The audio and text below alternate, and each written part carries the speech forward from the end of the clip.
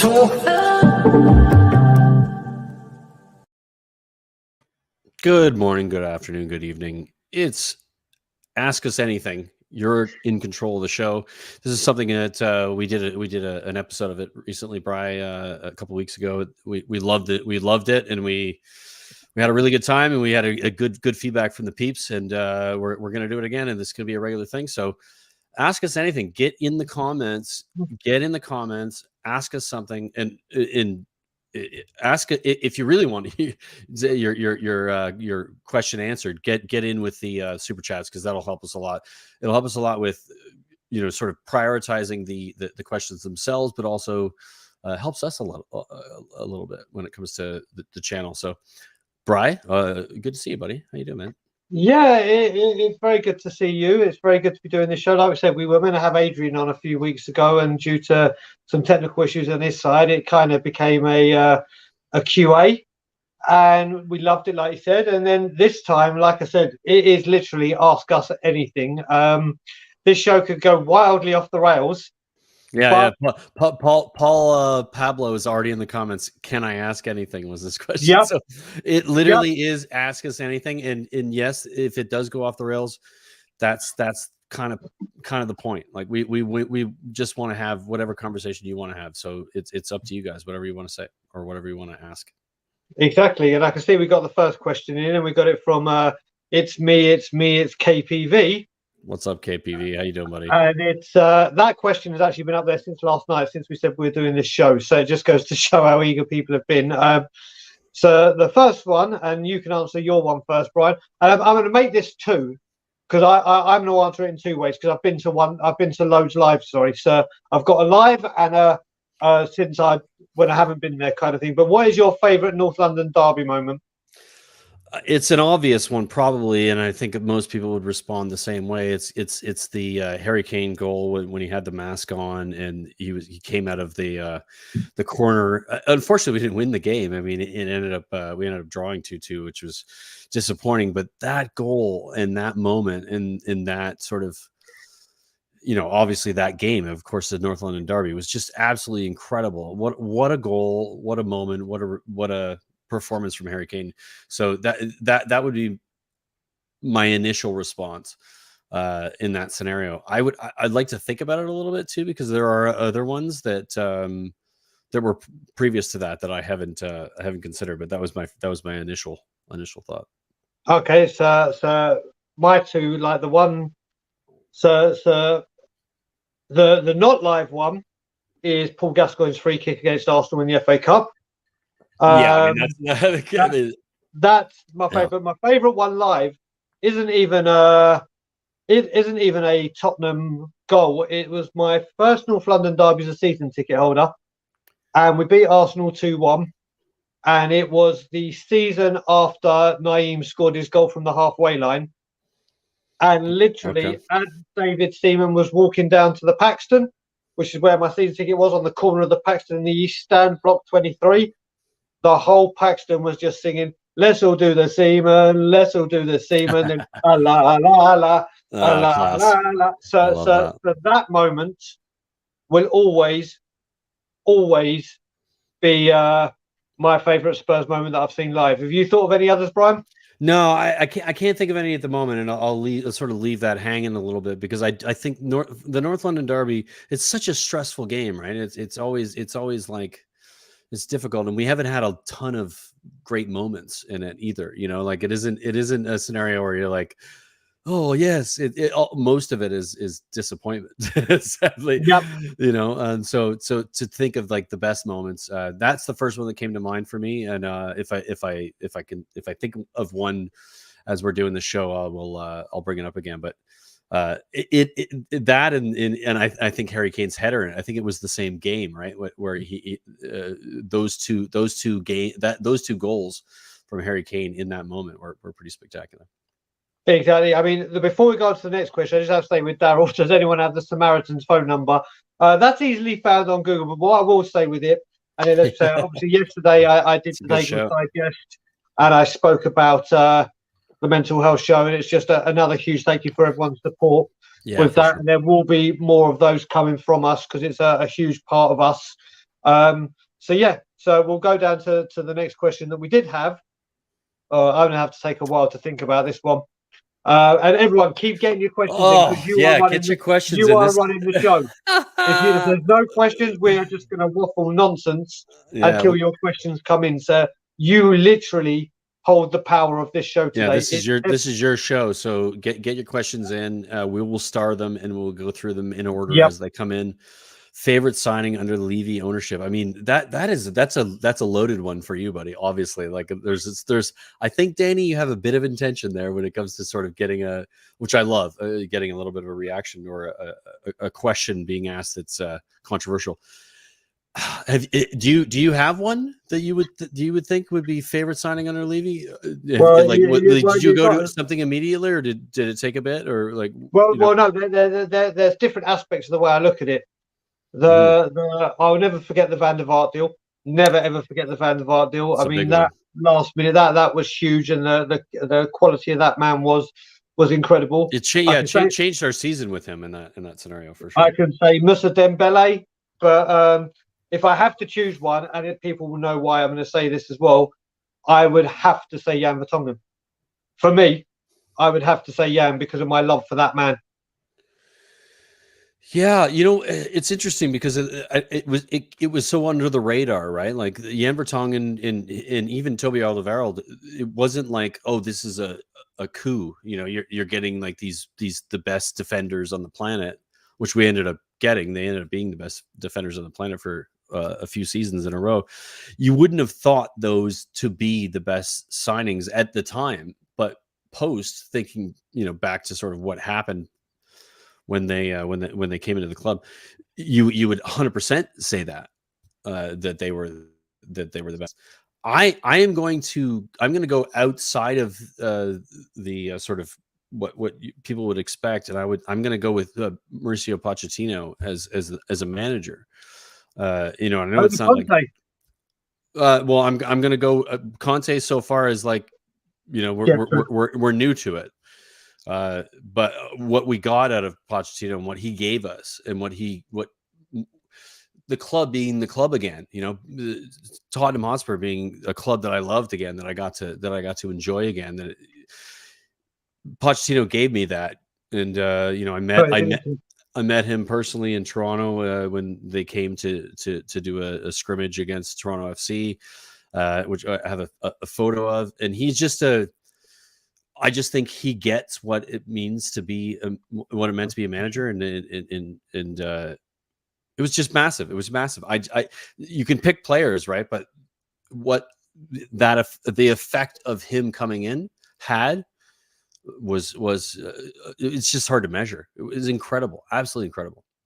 So yeah, I'm gonna go with Pochettino, even though it's not a signing. So I apologize for it not being a signing, but it is for me one of the most important moments in our club's recent history. I'm going to say recent because I recognize that there are there's a lot more that had happened previously.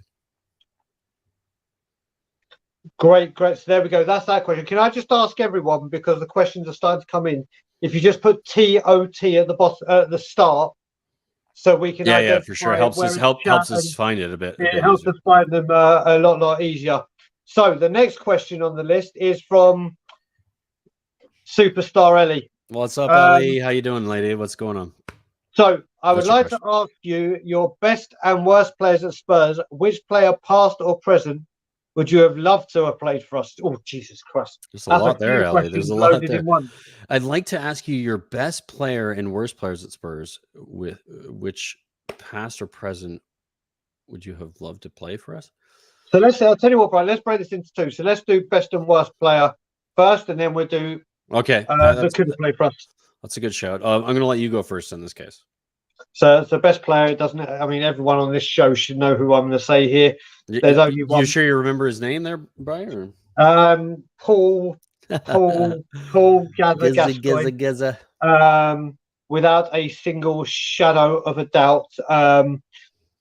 For me, I know there's people, and rightly so, people say Glenn Hoddle is the greatest to ever wear the shirt, but I have a connection with Gazza. Gazza was like the first big player that I only saw the tail end of Hoddle. It makes sense. Gazza worst player, and I've always for worst player for me has to be Stuart Nethercott.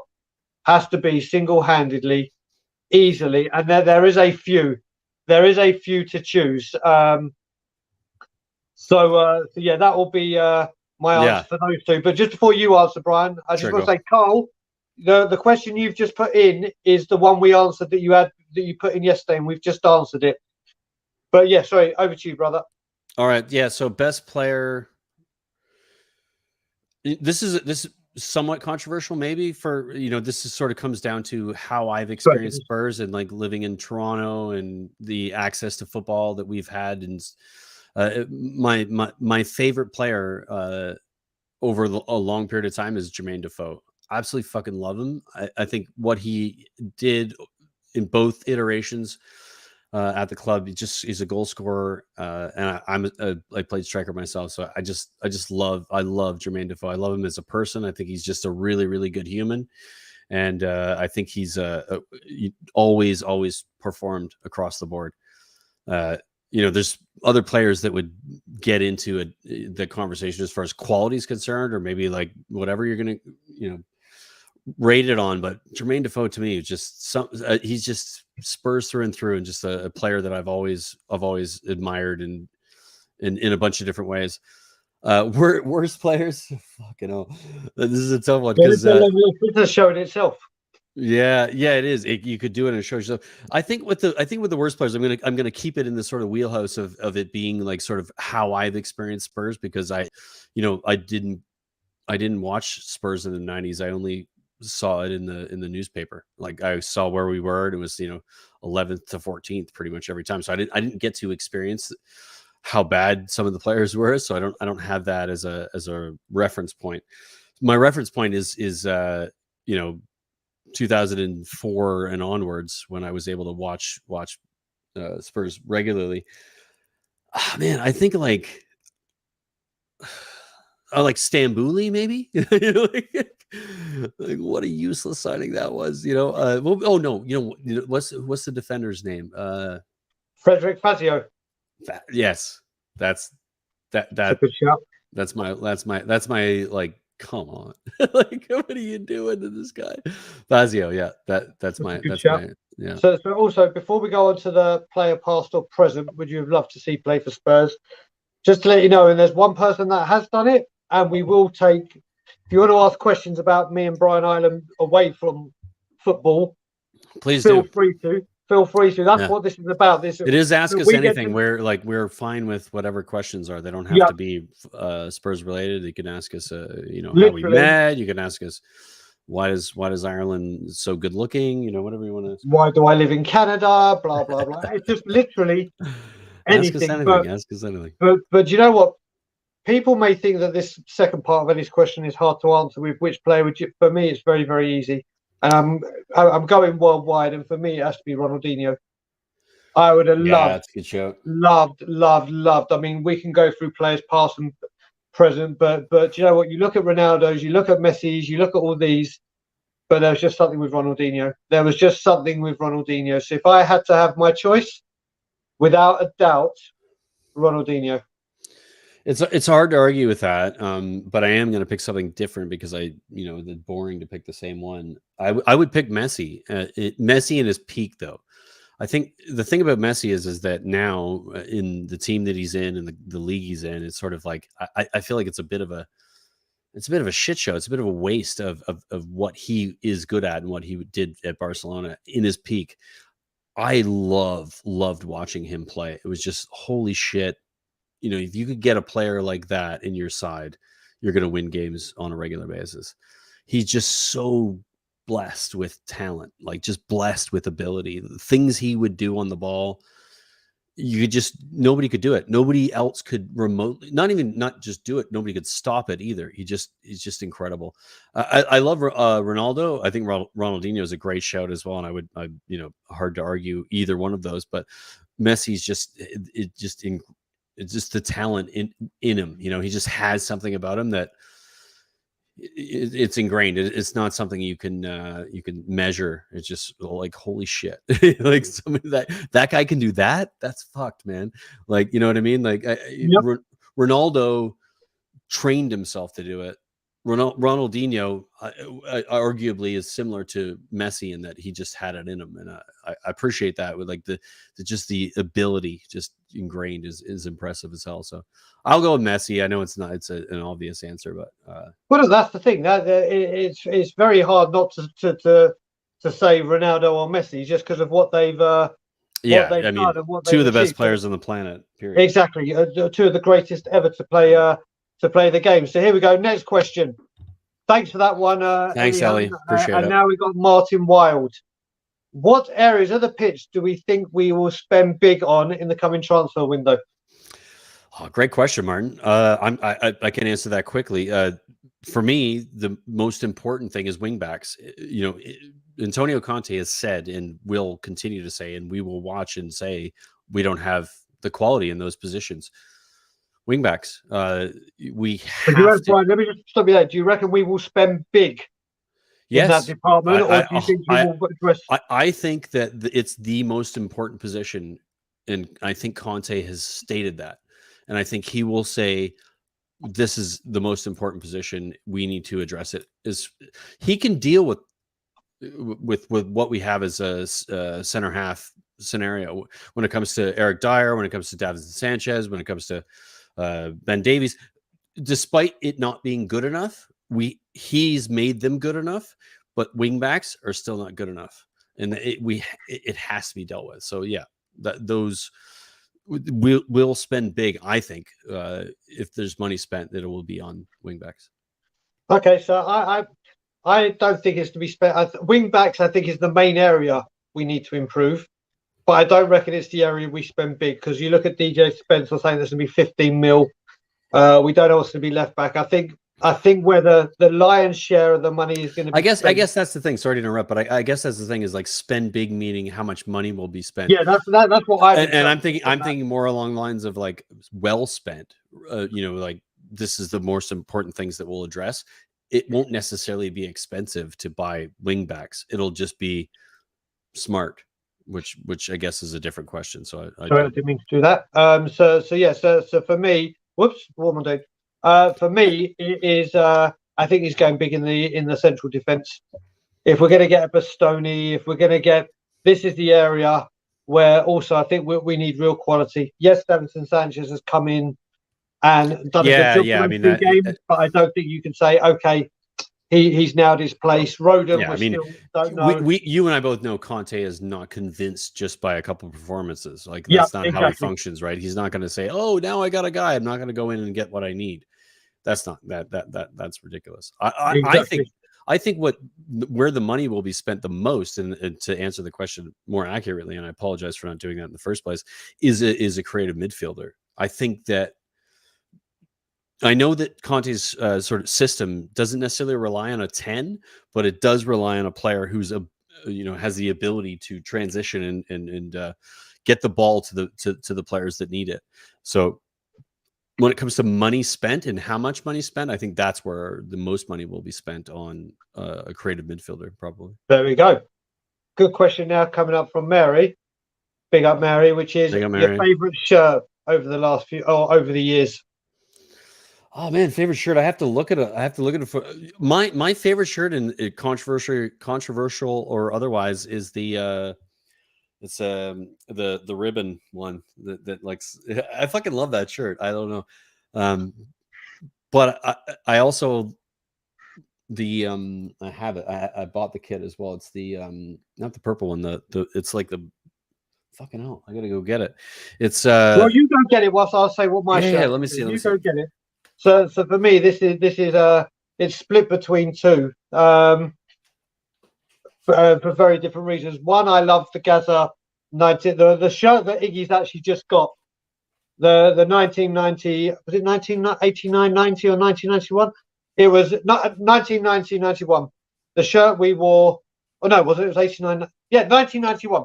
1991 before the FA Cup final, with the shirt that Gaza took that free kick in.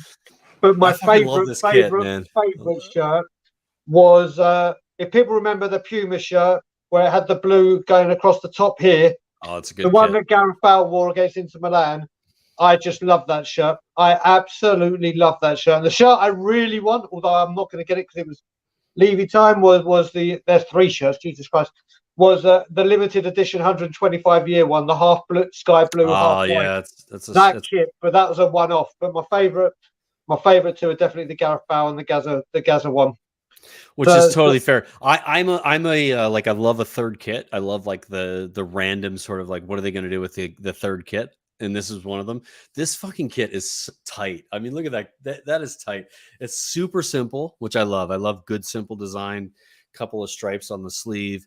You know, the yellow, but the yellow isn't like, it's not fluorescent yellow. It's a soft yellow, and it's like a dark blue. This is a tight kit. Like I would walk on the pitch wearing this thing and be like, I'm fucking ready to play some football right now. So yeah, that's my kit. But I recognize I have a I think it's from 1984, if I'm not mistaken. Holston was the sponsor. I can't put it on anymore because I'm too fat, but it's a great kit as well. It's one of those classic Holston kits that, you know, I think if you've been following Spurs long enough and you saw that kit, you'd be like, it's a special kit. I love kits too, by the way. I have to say, thank you for getting your questions in. Keep them coming. We've got 24 starred at the moment. Well, let's keep rolling with it then. Let's keep rolling. So, next one is from Daryl Denton, which is: do you agree with some that Spursy is now a myth? Some are saying it's gone now. What's your thoughts? Oh, I love this question. Cheers, Daryl, for the question. It's a tough one to answer because, you know, Bob Spur, who obviously friend of the channel and one of our, you know, person that we love very dearly, he specifically said, you know, like, let's get over this. Like, let's stop talking about what Spursy is and stop being Spursy. And like, it shouldn't matter anymore. It shouldn't be a thing. It's not a myth. It is a thing. We've had a bunch of moments where we fucked up, and like, and there's a reason it exists, and it's unfortunate, but it's true, in my opinion. I mean, the evidence, you know, points to that, which is unfortunate, but it's reality.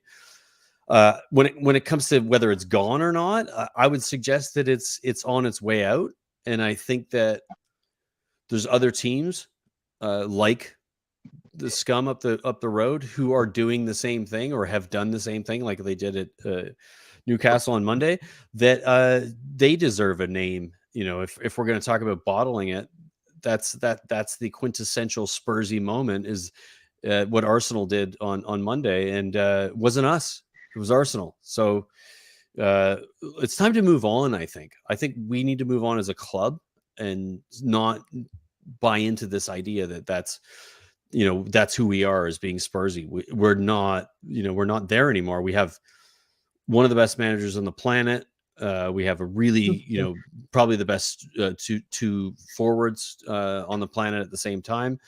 Great stadium, all the blah, blah, blah, all the stuff that you would add to it. I just think that we as a fan base need to move on a little bit. So yeah, I mean, for me, Spursy, listen, it's never going to go away. The media will always use it. Yeah, of course. There's no getting away from kill it us no matter what. Because every time we screw up, it's going to come back to haunt us. That word is now like out there, and it's not going away. But I think whilst we have Conte, it's utter nonsense. Whilst we have Conte at the helm, and whilst Conte gets to do his stuff, and if he's allowed to do himself, which will lead on to this next question brilliantly. Quick shout on that, Brian. And so we're gonna do Straight Outta Conte. First episode's coming at you later today. Conte was asked this question specifically in his press conference just before we went live. I was watching it. He was asked about being Spursy. So tune into what we think about that once we get to that point and get to have the conversation. But it was interesting to see what Conte's response was when it comes to like what being Spursy means and how he perceives it, because for him he's like, what what do you mean, like, this is I'm the manager of the club now, this is not a thing anymore. So great question though, interesting question. Exactly. And just to remind everyone, because I'm starring as many as I can, that I can see where people have not put TOT. Please put TOT Chuck at the the TOT beginning, if you can, please. Yeah, it helps. because then it just makes us a lot easier for us to find the question. Next one by a very, very good friend and someone who was at the Levy Out protest with me, who's actually a big fan of all Toronto. Can you pick his worst ever window? Well, this should be very easy. This should be very easy, and I can pick two, and it was the season where we signed 0. Yeah, I would go with 0, and I would also go with Nelson and Saha in a season where Oh, that's a great shout. had we signed the right players in that moment, we could have gone on to win the league potentially, but instead we signed Nelson and Saha, and it was just sort of like, what the fuck, man? Like these are the moments. And of course, we could get into that when it comes to like where we stand on Levy and in his inability to recognize when is appropriate to make a good decision. For me, that was the most obvious one, and you could go back to it and kind of go, we were on the up. That was a moment. You had an opportunity. Bale was playing really well. There was a bunch of things that were going the way we needed them to go, and he made a very poor decision in essentially not backing the team, not going, hey, these are the players we need. This is what's going to get us over the line in January and finish top 4, win the league, whatever the case may be. I think at the time in that window we were second or third, but we were on the in the upper echelon of the league in that period, and that's the thing for anybody who's wonders why we are Levy out. That's the thing that pisses us off, because it's you had this opportunity, man. You had an opportunity to go there, to get there, to put us in a position where we needed to be, and you didn't take it. And not only did you not do what you needed to be done, you did something ridiculous in bringing in Saha and Nelson. It was just kind of like, what the fuck, man? What are you doing? I was so pissed off by that. That for me was my first initial kind of like, I don't understand what the board is doing and what Levy's doing. But your thoughts, Brett? Yeah, like I said, I mean, I completely agree with the two. Zaha and Nelson was bad, but you've just got to look at where we were with Pochettino. In the window where we signed, and you got to remember, this is the guy that said Pochettino regularly, like Conte saying, "I want players before the South Korea tour." Well, Pochettino was saying this every single season. I need my players in because the training I do, and we all know how formidable and relentless those training sessions were. They need to be here pre-season so I can get them to where they need to be. And it was just, okay, off you go, and nothing. And for me, you just, do you know what? Summer was the window where I stopped and said, that's it. Not a single penny of mine is going into the club, and hasn't done since then. But then you would have thought, come January, you can realistically see where the squad was. And try and get them. And then you heard this rumor come out that apparently Levy did offer players, but Pochettino said no, so he didn't get them. But then you look at it on the other foot, when Levy had Gareth Bale money, he told AVB, I'm bringing players in, you deal with it. You can't have it. Yeah, there's not a heck of a lot of clarity in that, is there, Brian, when it comes to what actually happened, when it comes to what Pochettino wanted. And it was a weird situation, because we don't get the details, like the specifics of it. But I would agree that like not signing somebody for 3 windows when you're desperate to refresh the squad was absurd. So I think that's probably the most obvious one for sure. There we go. So thank you for that. Now we go on to the next one, which is from THFC 14. So thank you for the question, which is, with City and Liverpool being as strong as they are, do you see us really winning any trophies, even if Conte is backed? Great question. Fucking great question. Yes, I do see us winning trophies. The reason being is Antonio Conte. You can argue that Klopp and Pep Guardiola, those are two managers that continue to perform and continue to be very good. And understandably, it's hard to see like, how are they not going to be? teams and there's cycles, right? Despite them, still being really, really good, they might fall somewhat. Antonio Conte is a factor across the board when it comes to this conversation. He will win something at Spurs. Period. He just does not know how to lose. Like I just think we just have to accept that, and we have to, as weird as it is, realize that we are going to win a trophy, and it will be under Antonio Conte, and whatever that trophy is going to be, I think it'll probably be an FA Cup, maybe a League Cup. And I think potentially if he can keep the league in a couple of seasons, and I know that sounds grandiose and maybe over the top a little bit, but that's what he does. He wins when he wants. If there's a song to sing, Antonio Conte, he wins when he wants. I just think that's the reality. So for me, yes, I do think, despite how good City and Liverpool are, I think if we can maintain the situation with Antonio Conte, then we will definitely win something. Yeah, again, for me, if Conte's backed, it comes down to that, and we don't know until that happens. But exactly, I think what you got to remember is when we hired Jose, and obviously he's now got the record that he didn't win anything at the club, but he didn't get the opportunity because we had a final. He guarantees you trophies normally, and it looks like he could be doing it for Roma. And we got Jose when he was on the decline. He was at the top of the mountain, and he was on the decline. But this guy sits right at the top of the mountain, is right in that managerial peak, and he is. And if he is back, then again, like Brian said, like we're all saying, if he is backed, you can't see anything but the longer wait for silverware being over. So THFC 14, thank you for your question. Good question. And on to the next, which is from a good friend and great supporter, Carterman, which is, what is your favourite Spurs moment that you have witnessed either on TV or at the game? Hi guys, by the way, sir. Brian? It's an easy one for me. So I think I've told this story before on the channel and on previous channel, and just like when it comes to like my experience with Spurs.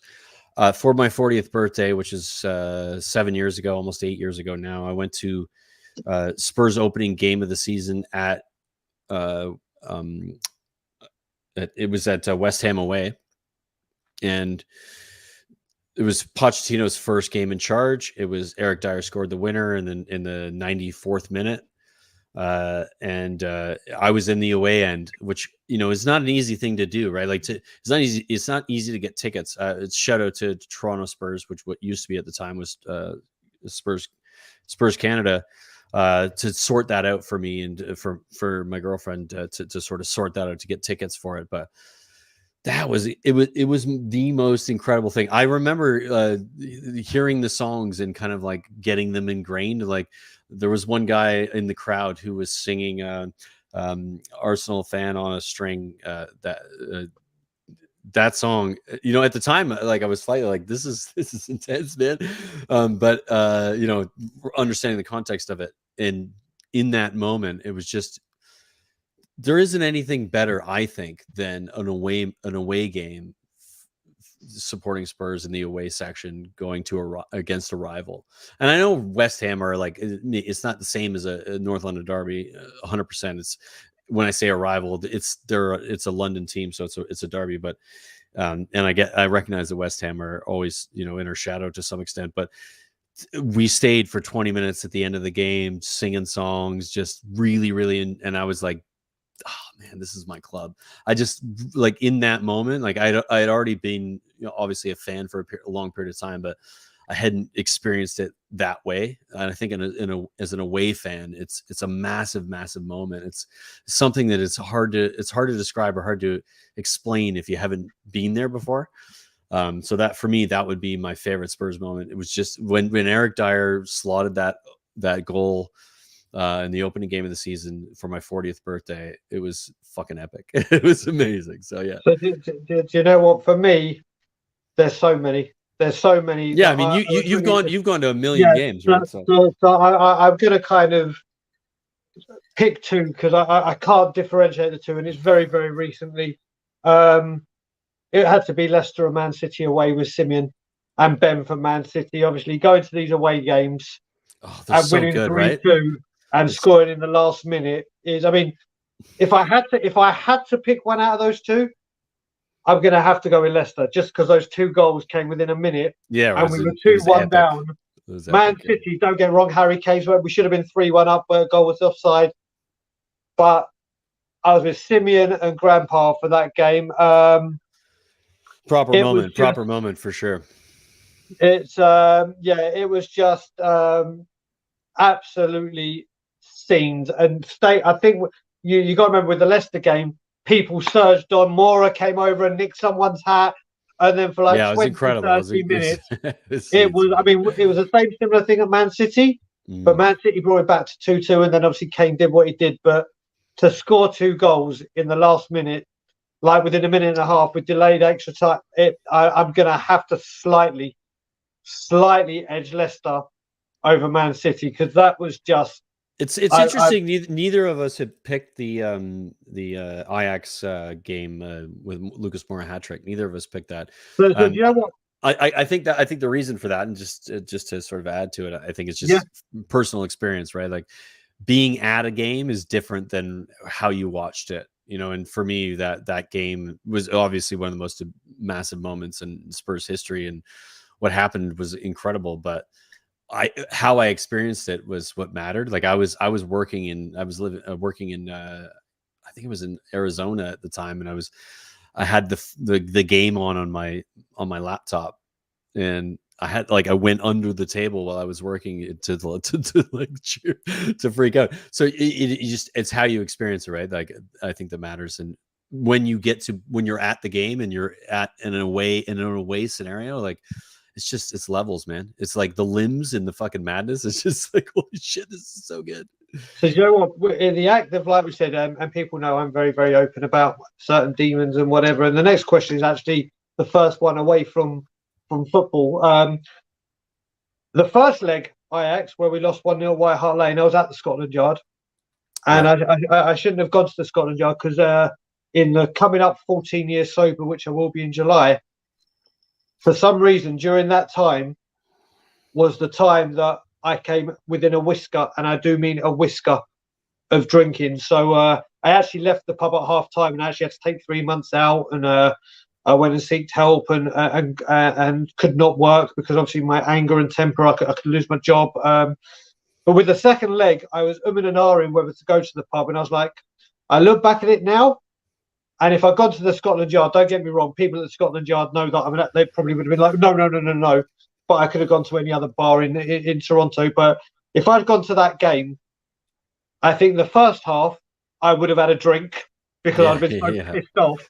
Yeah, for sure. And in the second half, I most certainly would have had a drink and gone on a bender because of the way we won it. So I watched that game at home, and for me, obviously, that's why that game doesn't. That game, exactly, and that was my point. Sort of it's how you experience it more so than the specific game itself. Exactly. So that's why. That's why again I'm going for Leicester. But the next one, thankfully, from a great supporter, James Joris, we get to talk about ourselves. Cheers, James. As opposed to football. So here we go. So when not entertaining us all and blessing the Tottenham world, what else do you like to do?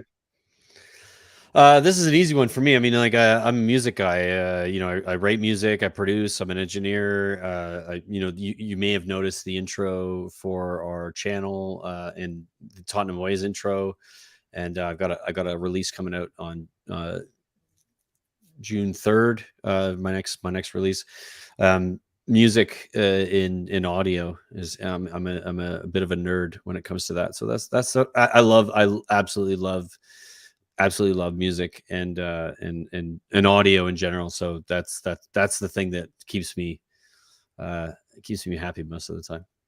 There you go. So for me, it's kind of obviously being here and everyone being back home. Obviously, I've got my wonderful, beautiful wife who I love more than life itself, and spending time with her is paramount to me. But people that know me very well and people that will know me in the YouTube community know that I have 5 very, very precious gems back at home, which are my 4 nephews and my niece. And keeping in regular content contact with them, whether it be via a voice call. I mean, the youngest nephew, Levi, who is now 4, loves calling me on Sorry, Facebook. Levy, did you say his name?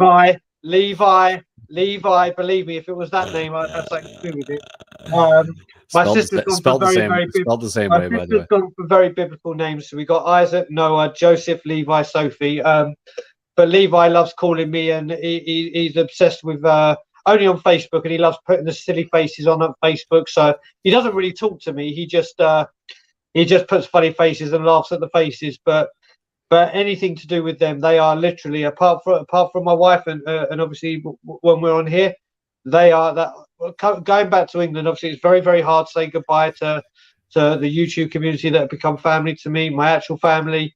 But it is torture saying goodbye to them. And outside of this and Tottenham, they are my absolute world, and always will be.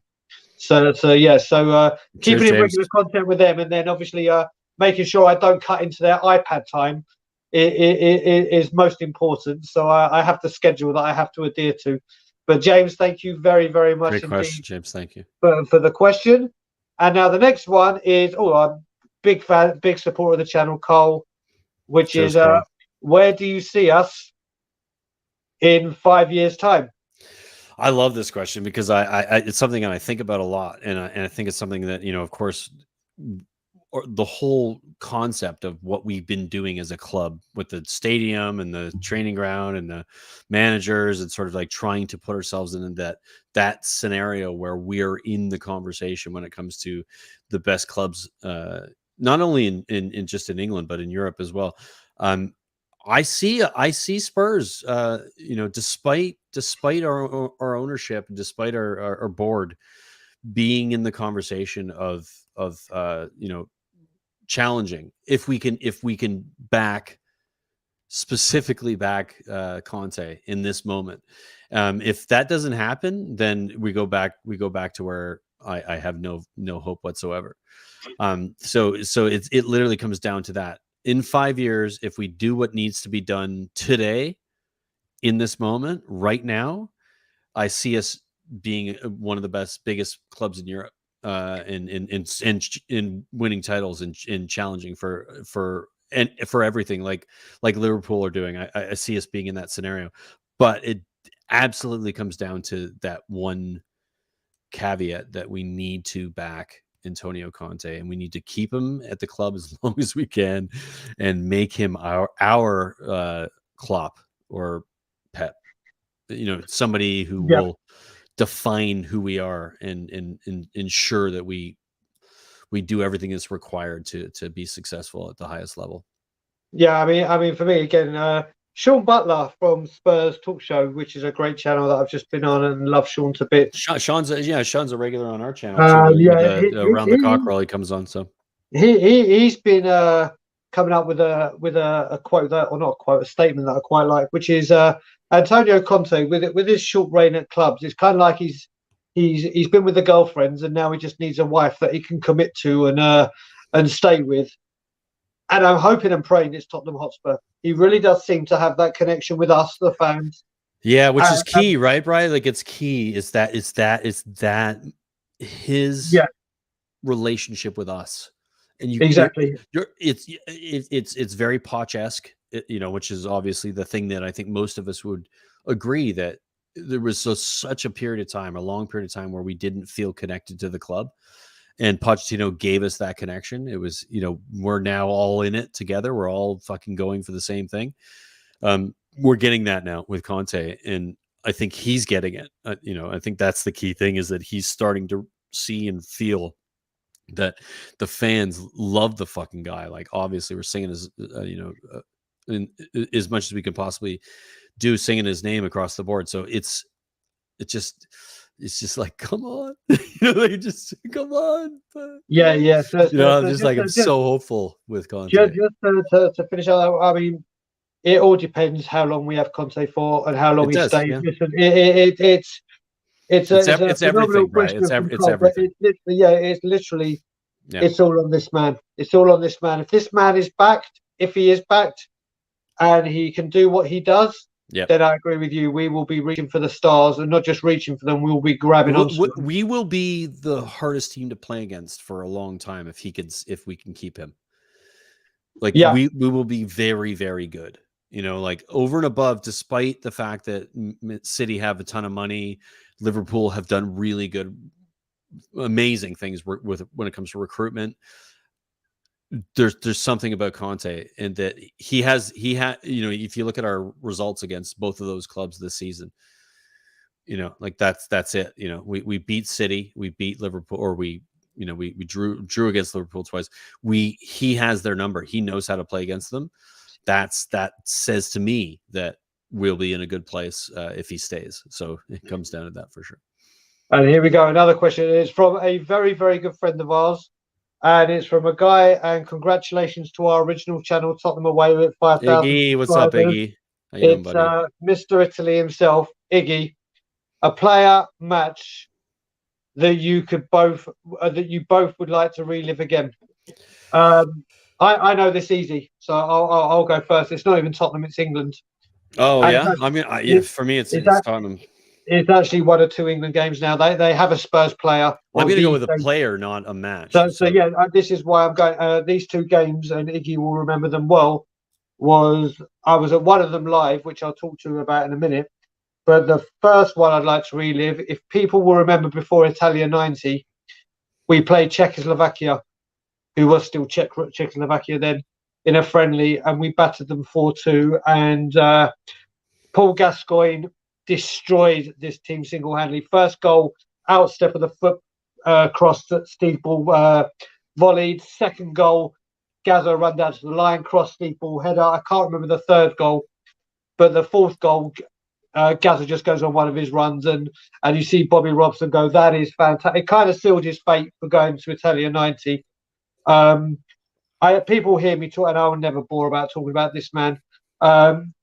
When I say this guy was worth the entrance fee alone, I would pay whatever you want to watch Gazza still.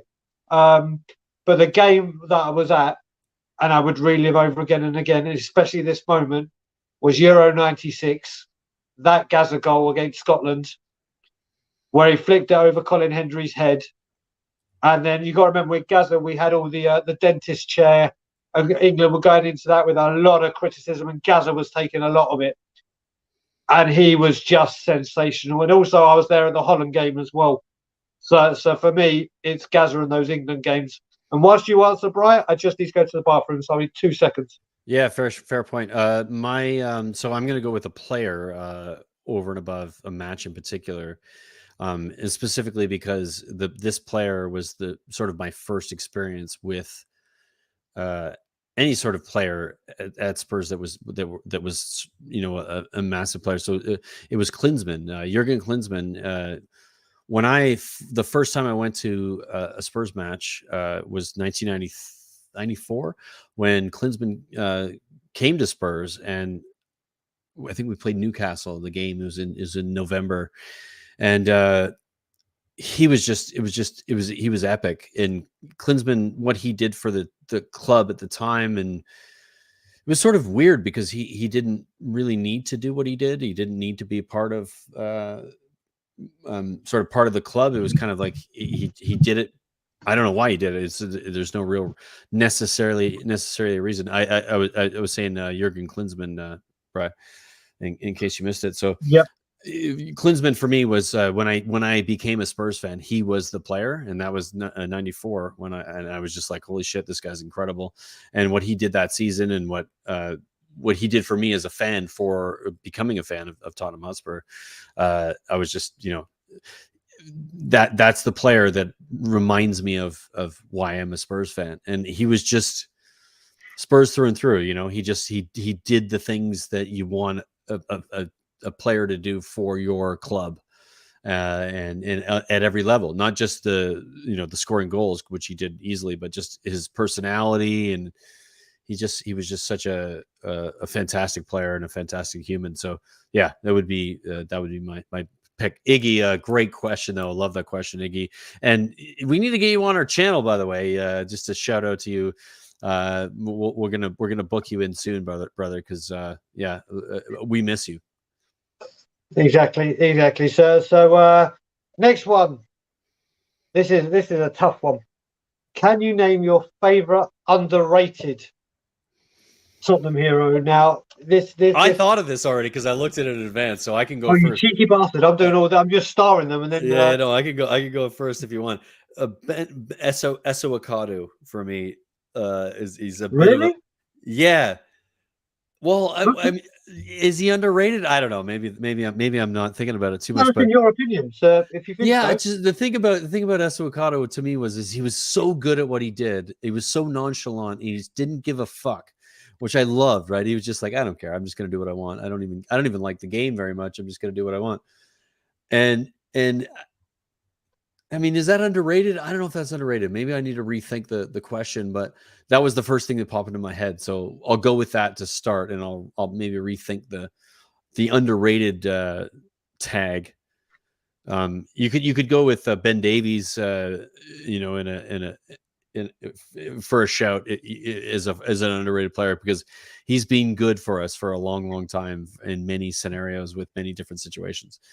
So I could chuck him in that conversation. What is yours? Because I'm This is hard. This is hard because obviously I'm looking at. Obviously, I'm 43 next month, so you're looking at like 37 years. So I've narrowed it down to three, and there are three different eras. well. So I'm That's going good. to You narrowed it down at least. yeah. So first one, I'm going to do it in chronological order of the earliest first. Paul Allen.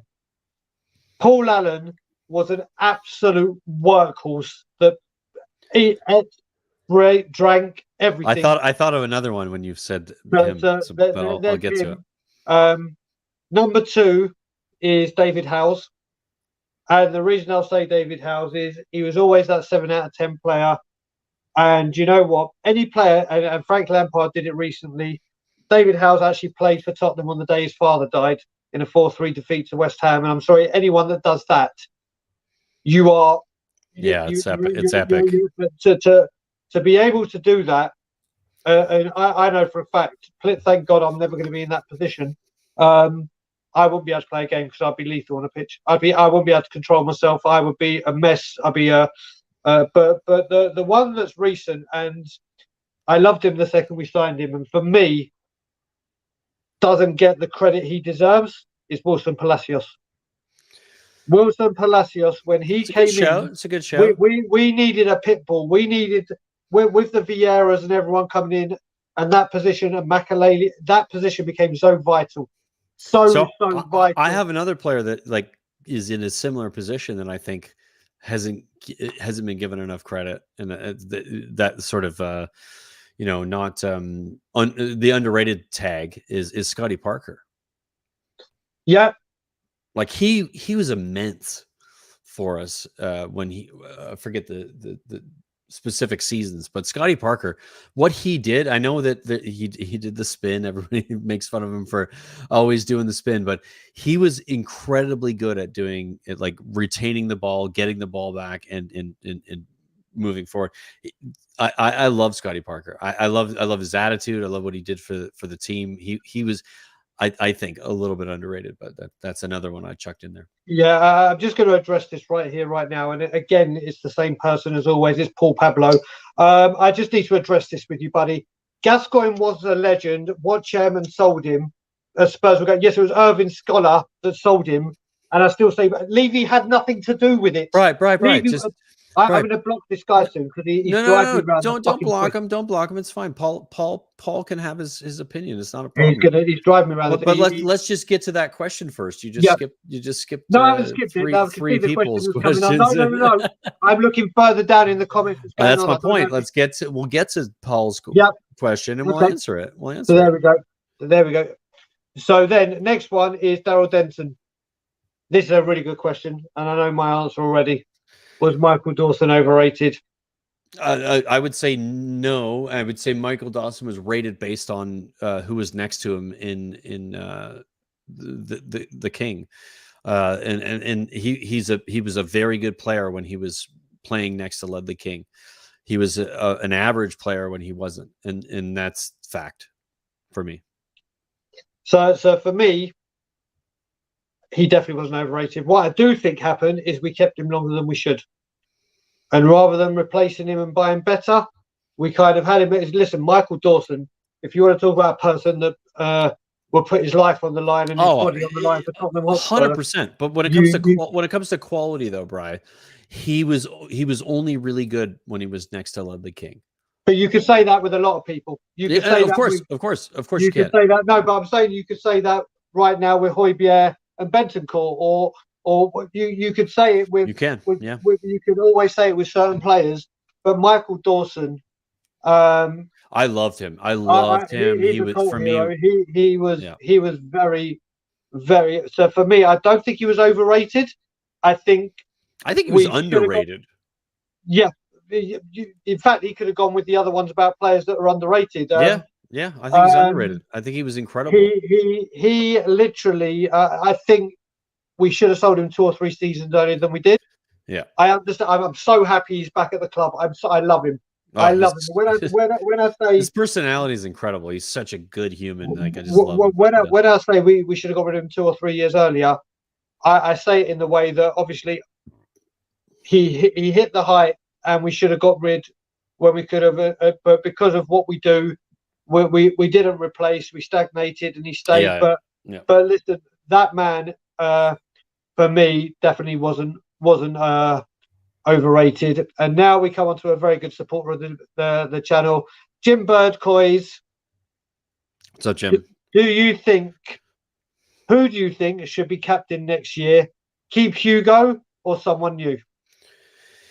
Oh, this is a difficult question because I think Hugo has done a really good job. And despite the fact that many people are, and I myself included, think that I don't think a keeper should be the captain. I prefer to see like a defensive, like a center half or a defensive midfielder to be the captain because I think they're the ones who sort of dictate what happens in the game.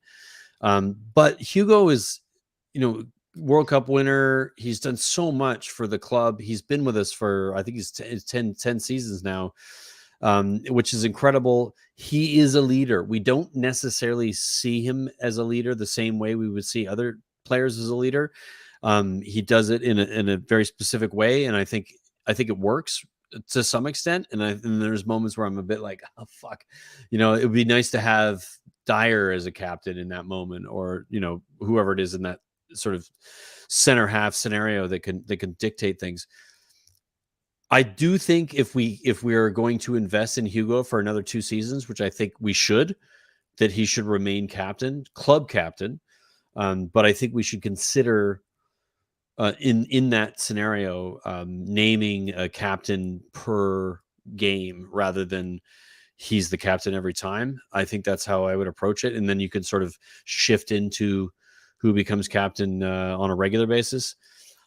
I'm not a huge fan of a keeper being captain, but Hugo sort of is the player that kind of gets away with it, despite that being generally for me not something I like. But Hugo he's been our best player in many cases for a long time when it comes to just getting his job done over and above how shit we are, despite his inability to pass the ball out from the back. And he has that one issue, but his shot stopping is ridiculous. Like there's nobody in the world that can stop shots like he does. So yeah, that's my convoluted extended response.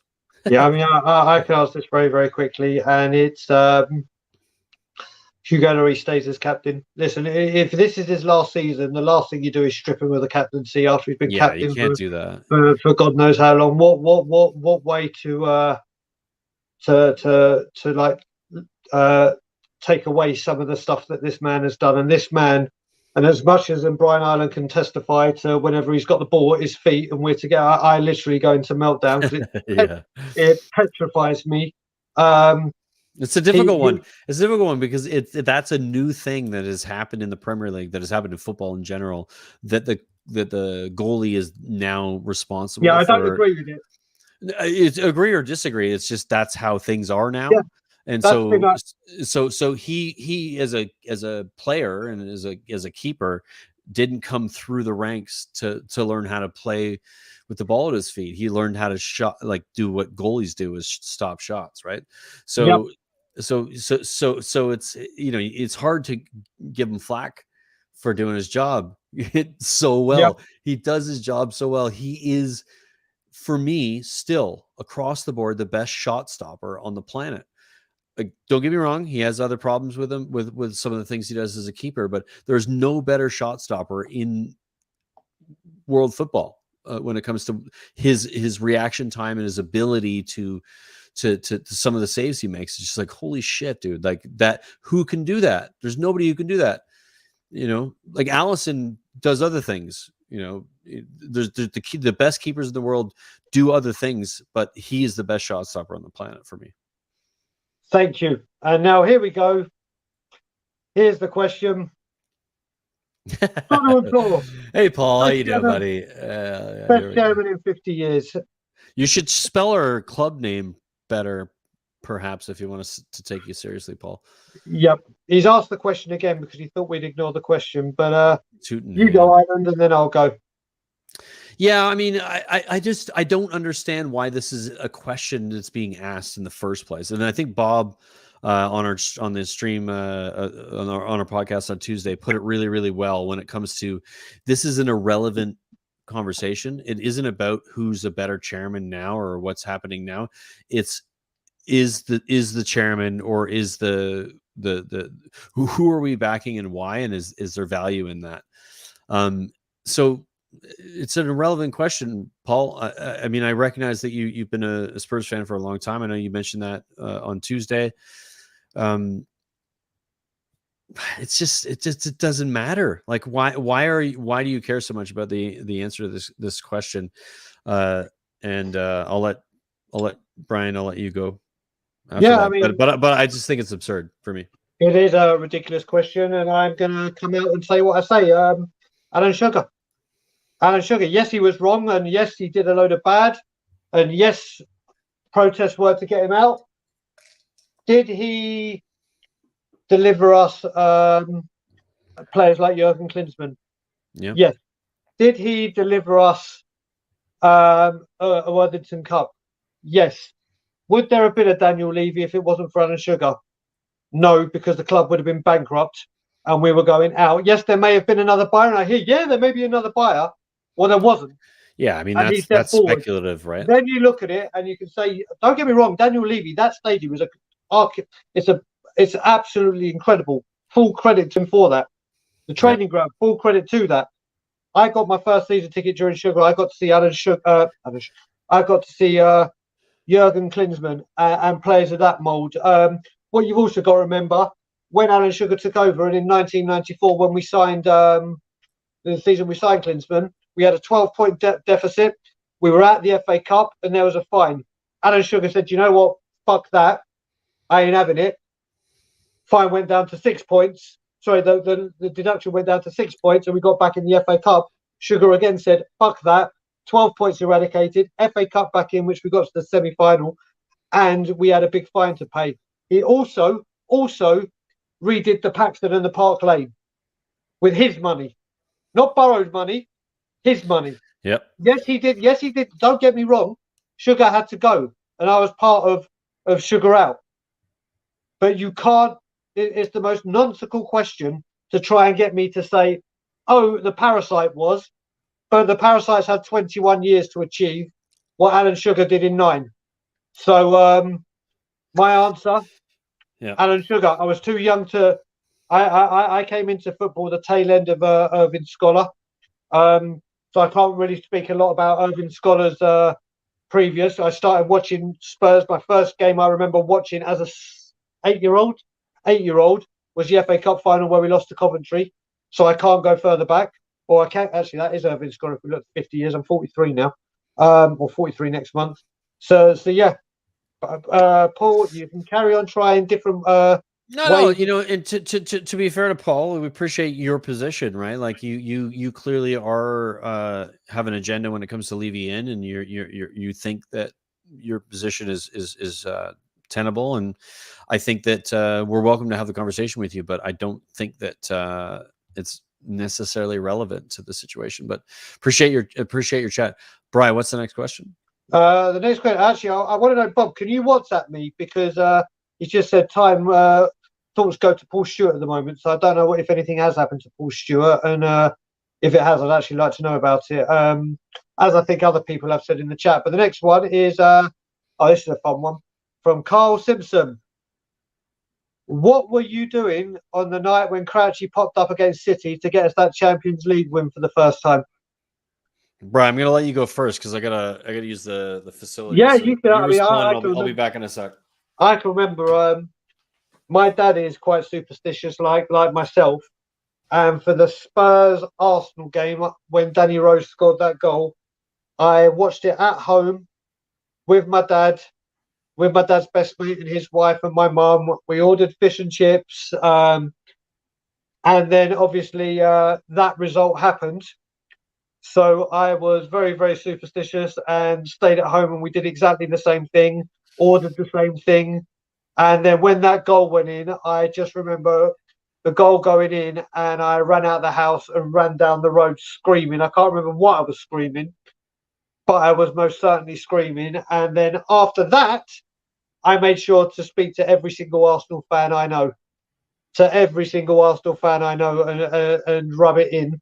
So that is exactly what I was doing when Crouchy scored that goal. And do you know what? That game was just a game of games, and we should have scored a few times. I think Crouchy missed a sitter as well before that, but that game, the thing I remember from that game as well is you've seen it on crazy away days where it's limbs all over the place. Well, that game, I just remember seeing so many limbs and everything that was going on.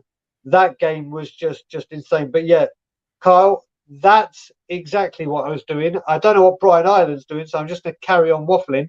I'm going to see if Bob Spurs put anything about what's happened with Paul Stewart. And I can't see that. So yeah. Okay, Brian, do you know what? Whilst he's doing that, I'm going to go through another question. KPV, everyone should know this one. I have would I say unhealthy? Probably, yeah. An over-the-top obsession with Dwayne "The Rock" Johnson. I have been obsessed with him for now he's back. I'll come back to my obsession. Sorry, Brian, you were gone so long that I kept waffling about the next question. So yeah, go back to Crouchy. Sorry about that, guys. Yeah, no. So the Crouchy goal and my response or my story isn't remotely interesting whatsoever. I was working. I remember I was on a gig, and of course I got my phone and I'm checking my phone and I'm wondering what's going on, and I wasn't watching it, sadly. Had I been able to watch it, of course it would have been amazing. But I the nature of the time of the games that they were and the work that I do, I wasn't watching it live, and that, of course, I watched the replays over and over and over again because it was incredible. It was a moment in our history that was amazing, and I love Crouchy too. I just think he's like such an incredible human and like just hilarious, and a great footballer as well. Like despite his lanky hilariousness and how he plays, but didn't get to watch it live, so I'm sorry for that. But what I can say is Catman Jess, big up to another Torontonian, has just said there was we were having a quiz both over the coffee company where most answers were Paul Stewart. He's all good, everyone's fine. So good. So good thank God for that. So I just wanted to come up with that one. So yeah, I was just telling my answer to this one. I have an unhealthy obsession. We know you're. I'm a Hulk Hogan fan, so I'm gonna. No, you know what? I'm not even a Hulk Hogan fan. I am a Hulk Hogan fan, but I'm a Macho Man. Randy Savage is my favorite. Oh yeah, of all time, and Roddy Piper is right in there with them. Yeah. Put it this way: when I'm back home, or if anyone goes to the cinema and lives here in Toronto and we don't know, you'll always know if I'm at the cinema, because if Dwayne "The Rock" Johnson is in a trailer, or if he's in the actual movie. Yeah, you have an unhealthy relationship with. I will scream if you smell what The Rock is cooking. I know most of his promos off by heart. I wear his Under Armour trainers. I bought the Under Armour face mask for COVID. I got Jack Kanicki because he's brought out his energy drinks, and you can only get them in America at the moment. To get some for me and send them over to Canada. So I am 100%, 100% Dwayne The Rock Johnson, without a doubt. But thank you, Kyle. Next one. Oh, it's a good one. I think this is mainly for me. It says to Brian, but we're both Brian. So cheers for the question, young putty. Okay, no, he said to Daigle afterwards. I've started the same question. Oh, did he? Okay. So yeah, I mean, for me, and I've said this very, very openly, for me, if he backs Conte this summer, I'll be the first to come up and say, do you know what? Well done, my man. You've done well. Now continue it. For me to even think that he has changed his ways, he needs to back a manager constantly with funds. And I don't mean spending big. I mean, with what the manager wants appropriately, for 5 years straight. Yeah. 5 years straight of consistent. And I understand he's not going to get every single player that he wants. That I get. Financial implications. If the guy wants 300,000, like Vlahovic apparently wanted 300 grand. If you want 300 grand, mate, I don't want you at the club. We're not paying it. Yeah. It's and absurd. just because of that, I don't want it. But Daniel Levy needs to back a manager or managers, depending on how long they stay for 5 solid years, with backing the manager consistently for me to even consider changing my stance on him.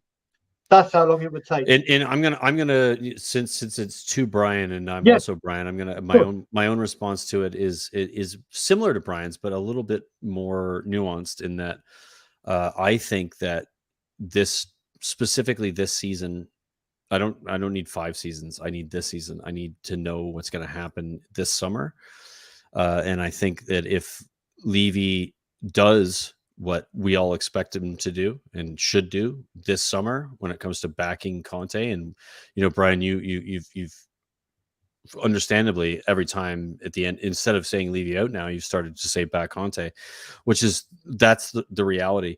If he backs Conte this summer and we go on to win something, I don't need 5 years. I just need that, and that's enough for me. So that's where I stand on it. But I get your position. I'm not condemning you for it or saying you should think otherwise. But I think if we best stadium in the world, great training ground. Harry Kane signs a new contract. Antonio Conte signs a new contract for 2 or 3 seasons. We win something. Then it's pretty hard to argue with Levy and what he's done. Doesn't mean I like the guy, but I will accept that he's finally got it right. So I have to say as well, just before we go to the next question, the reason I've been saying back Conte is only till after the game on Sunday, because I had I know. We're with Paddy, and me being the man of my word. I was pushing you a little bit on that just for fun. I am honouring it. Come Sunday, that changes. But yeah, so we've got another non-football related question, which is from Daryl, which is, what other sports do you like? I like hockey, but I don't like it enough to watch it anymore, because football takes so much up of my brain and my joy or my pain or whatever. I struggle with watching other sports. I love all sports. I grew up playing basketball, baseball, hockey. I played everything. I'm an athlete, it's just as a sort of position that I come from. So I like sports generally across the board. So I don't have an issue with any sports. Do I love what sport? I don't love any other sport other than football. So for me, I mean, my dad is obsessed with cricket. I mean, obsessed, and I can't stand it. He's tried and tried and tried. Oh my God, my dad is obsessed. But I think the reason my dad is obsessed. You're going to a baseball game, right, Brian? Yeah, for the first time, and it's kind of the same shit. I know. But my wife, it's one of those. You're there, so let's go witness it and go into the stadium. Yeah, for sure. But my dad's connection with cricket is obviously every summer he used to go with my late grandfather, who I never got to meet, to go watch cricket. And the local team where Dad lived literally played across the road. So right. I think it's more with him, the connection with his dad, that's obviously made up. He's tried with me, but he gave up. One sport I have got into, and I liked it younger, but the coverage wasn't as big as it is here for obvious reasons. Is the NFL? I have got madly. You're into the NFL. It's funny. I really am. I can't stand the adverts. I can't stand the amount of adverts. I don't understand when the flags are down. Elana has to sometimes tell me what that. I know the game really well. Like I understand all the rules. I know exactly what's going on all the time. Like I'm really well informed. I grew up lived in the U.S. As a kid from age 3 to 12. So it is part of my my childhood growing up watching American football. So I know the game really well, and I understand what's good about it, and there's a lot that's good about it. But all of those things that you talked about, specifically when you're talking about like the fucking commercials, like why are we not playing the game anymore? Like it's torturous. I like the game itself. I don't like everything is surrounded by it. So. I mean, I really have said to Alana as well. I really want to go to. Obviously, I'm a huge, or I say huge. I will say huge New Orleans Saints fan. I am. I mean, the reason I became a Saints fan is quite funny. I'll go into it, but I'm not going to say what the person. So let's just say there's a person in my life, or was in my life, and this person was a serial cheater on someone very close to me. And this person moved to America to get out of the country because he's just a bastard. And he is living in Carolina. And when I moved over here and started getting into it, I was like, right, what team should I support? And Carolina was in the playoffs. So I said, right, whatever team knocks out Carolina will be the team I support. Hence, I'm a New Orleans Saints fan, but I really want to go and watch a game at their stadium because their stadium is incredible. And New Orleans is going to be a really nice place in America to go to. So it's a different thing to watch it live than it is to watch it on TV. It is a TV game, and I think that's the nature of sports in America and specifically in the U.S. Sports are designed to be for TV, not for the person who's going to watch the game. Whereas in the UK and Europe in general, when you're going to watch a football match, it is for the person who's at the game. Is the way. That's exactly what Sean was saying. It's just a different mentality, and it's annoying as hell. Like I can't stand watching American football. I'll watch the big games, and sometimes they're good. Sometimes they're very entertaining. Sometimes it's good, but a lot of the time it's like, fucking hell, can you stop torturing me with this? This is not entertaining at all. Like I just want to watch a game. I don't want to watch commercials over and over again. It gets fucking torturous. But yeah, thanks for the question, Daryl. Next question is from Iggy again. Iggy. I know this question very easily. What Arsenal player, past, present, would you have secretly loved to have seen it playing in a Spurs shirt? I don't have the answer for me. I'm not even going to answer. I don't have one. I will. We said ask us anything. I know, but my answer is fuck that and fuck them. No, for me, I say this very openly. Very. I've said it all along. For me, the greatest player to ever play in the Premier League, is a guy that wore number 14 for Arsenal, and his name is Thierry Henry. I would have loved to have seen him in a Spurs shirt. That guy, and people know I am as diehard Spurs as they come. Thierry Henry, for me, was the greatest thing I've seen. I'll never do it, right? I'll never do it. I can't. There's one player that I liked watching in the last 10 years, 15 years or so is Aaron Ramsey. I was like, fucking hell, I like the football that he plays. And that's the closest I've ever come to being remotely like I like an Arsenal player. but even then I was like, I fucking hate that guy. Like I can't bring myself to do it. So yeah, we'll go on to the good question though, Iggy. Thanks, buddy. It was indeed. So let's go on to the next question. Oh, this is a big question. Name 6 players you would like Tottenham to sign. Should we split this 3 and 3? Oh, 6 players I'd like to sign. All right, you know what? I'm gonna go quickly because I did this for our sister channel. We had to do a Spurs transfer game. Yep. 6 players I'd like to sign: Pau Torres, Cucurella, Denzel Dumfries, Diego Morales, James Ward-Prowse. I'm going to give you another 2 players: Stefan De Vrij and Paulo Dybala. Those are my 8. Those are your 8. Jesus Christ, you don't ask for much. Yeah, you said 6. I'm going to throw an 8 because you'll see this coming up on the North End, which is our other channel. And we're tasked with coming up with what would you do for your club in the transfer window and how would you spend the money. Of course, I had players out and players in. So players out was Lo Celso, Dundembele, Roden, Sanchez, Winks, and Bergwijn, and then in is I think I just mentioned them. But anyway, those are my. All right. So for me, I've said it all along. Number 1, James Ward-Prowse. Yeah, I know.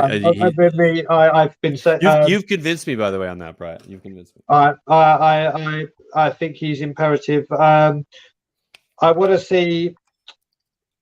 I do want to see De Vrij. I would love to see a Bastoni, but Iggy said, "Oh, what's the other one in Italy?" And he really bigs up this guy, so I'm gonna have to go with him as well. Bremer. Yeah, Bremer, good player. So him. Dumfries, and one that I really would, and when we Dumfries and Cucurella, like if you get those 2 guys on your right wing, if Cucurella signed, Bobby's gonna have a field day with me, and so is Cody, because of my lookalike. I know you guys are the same person. But the other person I'd love to sign is Patrick Stick. Oh, I don't know that Bundesliga. You know, the one who scored the goal from the halfway line against Scotland at the Euros. Oh yeah, okay. Why? What about him is intriguing? Well, no, I mean, we were talking about this. He's come up today by Alistair Gold in the list of strikers that we're apparently looking at. It was him, Isaacs from Sweden, who I really rate, and the Nunes from Portugal. And I just think Stick has got a very, very good goal record. And also, I think the Bundesliga is the most similar for kind of style of play. Yeah, I think like from a direct and from an energy and from like an expectation of physicality, like it's the closest. You don't get that in the French league or in Spain either. Exactly. So there I don't know if I mentioned 6, but they would be my my hit list. So that's a really good question, William. Great. And now the next one, which I actually discussed, I can't remember what show, but it's a really good question again from George Hill, which is, do you think Kane and Son retire as Spurs players? Big up, lads. Big up yourself, George, and thanks for the question. I mean, do I think it? Yeah. I mean, I think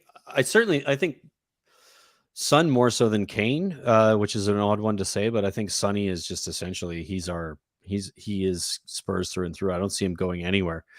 Like he isn't even like ever considered to be in a transfer window. Oh, Sonny's going to go here.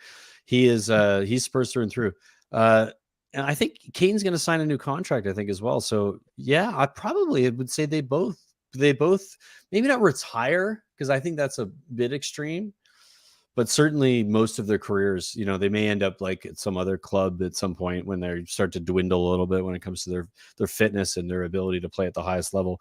They may go to other clubs in that moment, but when it comes to their peak, it'll be at Spurs for sure. So for me, first of all, people, just let you know, at the bottom, I started starring comments thinking it did it in time order, because I started from the bottom working my way up, and it doesn't. So all the ones with TOT, I have marked them. You might find it a bit out of sync when we get to the bottom. We've still got 29 questions to get through. So we're going to try. We're going to keep going. I'm really enjoying this. This is great. This is fun. This is what this channel is all about. So my answer on this question is I don't think they will. And the reason I don't think they will is I think Kane will sign a new contract. But I said it again on the stream the other. I've got it in my head that Kane's going to come out here to the MLS, like Gerrard did, like a Lampard did, like a Rooney did, like a Beckham did, like a Keane did. And you've got to remember as well Kane's love for America and American football. I see him staying for the next part of his contract and signing. I just think Kane will end his career here, like Gerrard did. I've got it. Hopefully for TFC, that'd be amazing. Oh mate, could you imagine? I can imagine it being incredible. That would be the signing of the fucking planet. Would be. I just see it. You got to remember, with the World Cup being out in 2026, it's getting bigger and bigger out here. Yeah. I just see Son. I do see retiring at Spurs. I really do. I just do. But Kane, and this isn't saying that he's going to leave us under a cloud or anything. I could just see Kane wanting to do what these big ex-England captains, funnily enough, have done, and is experience it elsewhere. And I just think it will be the MLS. So for me, Son, yes. Kane, no. But Kane won't go under the cloud that he may have done last season. Yeah, for sure. It will I go. agree with that. I agree with Next that. question, Daryl Denson. Do you think Spurs will break 5 million profit, 5 million net spend this season? They best do. And in all honesty, Levy hat on, Levy hat off. Yes, I do think. I do think we'll have a net spend of more than 5 million. Do I think he's fully going to be backed? No. Do I think we'll have a net spend of more than 5 million? Yes. I think he will be fully backed, and I think there'll be a ton of players that'll go out that will pay for the players coming in, and I think that'll be key because that's what Levy loves to do, is ensure that he balances his books, and so everything that is required this season this summer for us to get what we need is to move players on. We know that Conte wants to do that, and we know that that's required for us to move on. So those players are going to go, and then the players that need to come in are going to come in. And I think that's exactly in line with what Levy wants to do. It's also in line with what Conte wants to do. So I think we're in a good position in that scenario. That despite it seemingly being a fucking hell, is he going to back Conte? He kind of, it's inevitable that he's going to back Conte because that's the scenario that we're in as a club at the moment. So I think circumstantially we're lucky, and that the 5 million net spend won't be relevant. I just think we're going to spend money, and we're going to get rid of a lot of players at the same time, and that's going to be good for both parties. There we go. So for me, it's just a simple. I'm going to try and keep this one short because we've got 29 to get through to. So yeah. So for me, it's a yes. I mean, if it's a no, I think we know what's going to happen. It's a yes for me. It's a yes for me. But Daryl, thank you for the question. Next one, another good supporter and follower of the channel. It's Danny. If Levy spends this summer, do you think he will continue that way or revert back to old habits? And do you know what? I'm going to go first this time, Ireland. For me, this is the $64 million question. We've seen this, like when we didn't spend any for 3 or 2 windows and didn't bring anyone in for 18 months. We then went and spent big with Tanguy and Dembele. All right, it worked out wrong, but we did spend money, and then we went back to normal. So, like I said, for me to even think he's changed, I need to go through 5 seasons of Levy constantly backing a manager. And I think he has these moments where he will spend and then say, there you go, I've spent, get off the back. And then he'll think that'll ride him through for a while. But it won't. So my feelings on this is if we do spend, he will revert back to old ways. I'm going to say the opposite. I think he's in a scenario right now with the situation where the club is at in progression that he only has one option, and that is to back Conte and to ensure that this club moves on to the position that we deserve to be in, and that he is going to do that no matter what. And I think despite all the things he's done previously, he's going to do something different this time because it's required for his job to be tenable and for the club to be a successful club at the level that we need to be at. So despite all the things that I agree with Brian on when it comes to the failure that he's been as a chairman, I think in this case specifically and where we are right now, it's quite different. And I think that his response will be different because it has to be. If it isn't, he will lose his job essentially. And I don't think he's willing to do that. There we go. So the next one isn't actually a question, but finally, Paul and I find something to agree on. So it was just worthy of bringing it up just so I could say that because Alfie Devine, isn't just going to be a big time player. I've said this for a long time. He is going to be a world class superstar. He is going to be absolutely phenomenal. I'm a little reluctant to agree with you there, Brian. Not to say that I don't think he's a good player, but I think we need to be a little bit weary in going that far quickly. We've seen other players that sort of. I think Poch. What was the player's name? He said he was like he was Messi kind of thing. A young player doesn't necessarily translate into a professional at the highest level, and so I'm a little bit not to say that I don't think he's good enough. I just don't know that I've seen enough of him to say that he's going to be a big player.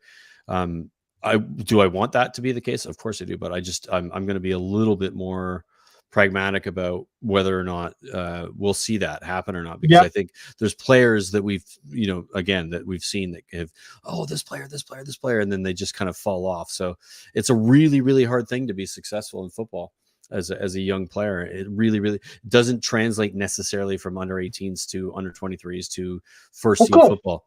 It doesn't mean that he isn't good enough. It just sometimes means that the transition doesn't work, and I worry about that for any player who's in that scenario. From a quality perspective, it seems to me that he has it, but I worry that the transition and the sort of build up for it will come to fruition or not. But great player. Before we go into questions, we've had 2 super chats. I just want to pick them up. Obviously, the Empress Guguma. Oh, cheers, Guguma. With always her giving us the sticker. She's just she's incredible, brilliant supporter. And also this guy, I mean, the Wolsby, who's a great supporter of all the channels. Again, thanks for your support. Appreciate 48 views, 47 likes. Wow, that's a great rate. Guys, thank you. Make sure you smash that stuff. You know what I'm going to do right now? Smash that subscribe. And we really, really appreciate you all. And thank you very much indeed. So let me go back to the top. Let me just get rid of this one, which we've just done. Let me unstar it. Okay, Ellie. Tottenham On Tour, do you play a musical instrument? I play them all very badly. No, but I'll be quick, because at Ireland, this is a more you thing. I don't, but I would love, and I've always said I would love to play the piano. I would love to learn to properly play the piano. Yeah, I mean, I play. I'm not a player, but I can play piano. I can play guitar. I can play drums. I'm a producer and an engineer, so I make music. Playing an instrument is a bit more specific, and it's a bit more technical.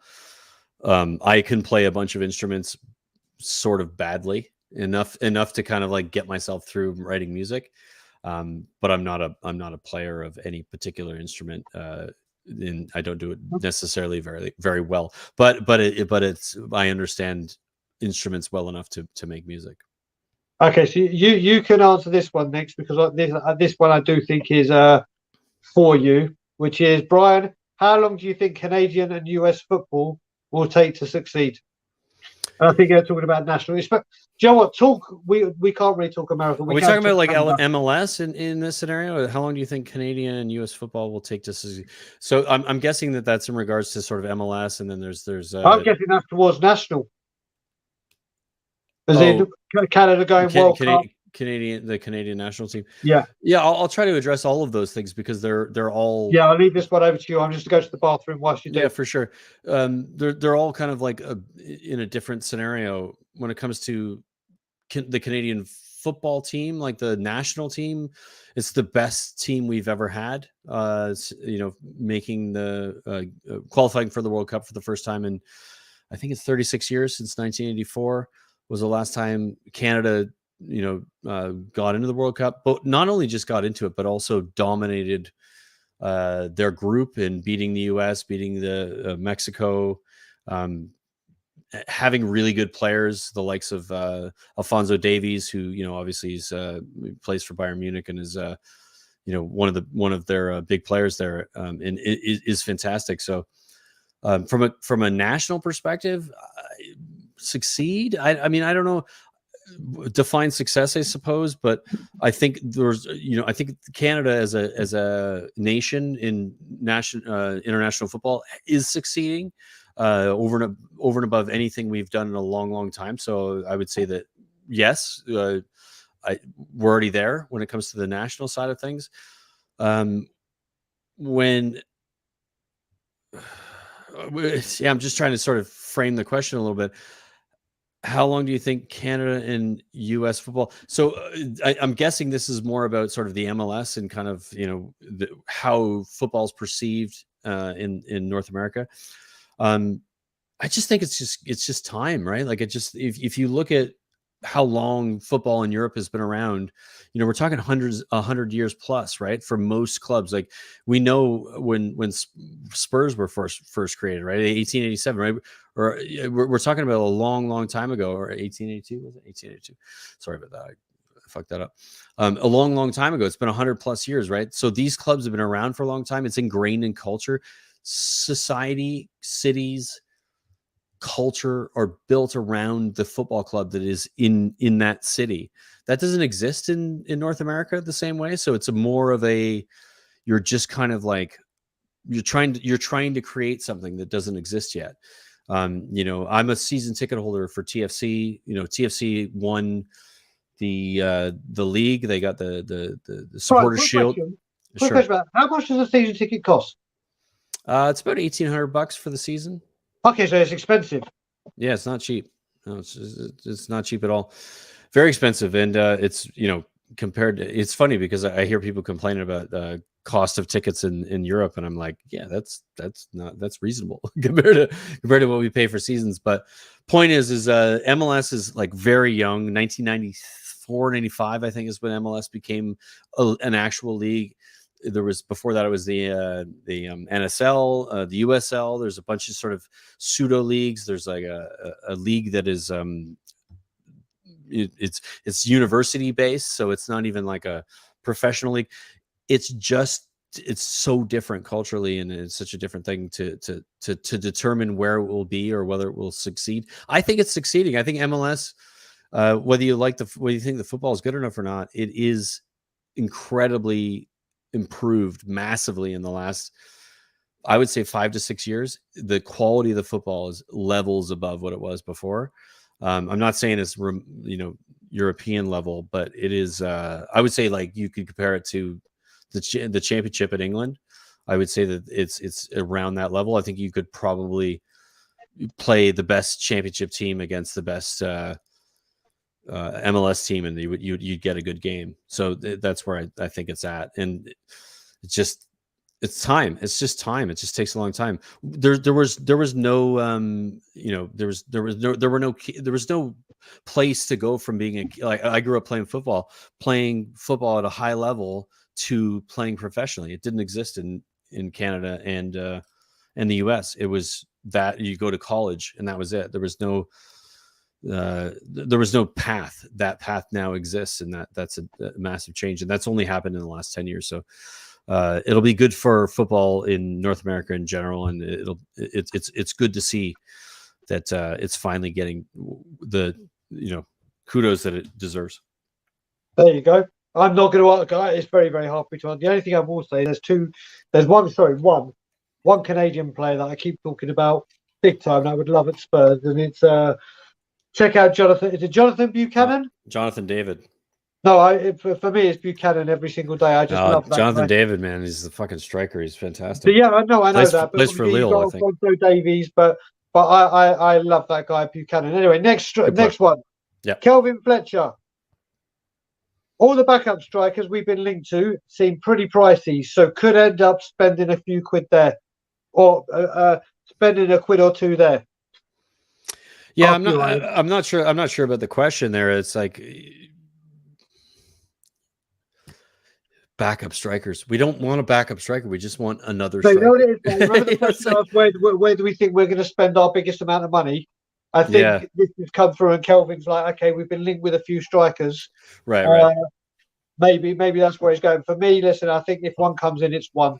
We're not going to be like Liverpool and sign 3, 4 or whatever. We're not going to sign strikers. I just want to say this. This is an important point. And if you look at the two best teams in England at the moment, and just generally in football, they don't necessarily have strikers. They have forwards, and they rotate those front three, and they play in a different way in different scenarios. the quintessential striker, that quintessential number 9, that sort of what Calvert-Lewin is that get the head on the ball, be in the box, balls come in. That isn't where football's going right now. The best teams don't play with strikers; they play with a false 9. So I don't even think that we're looking for a striker. We're looking for another forward that can play in that front 3, and that's appropriate.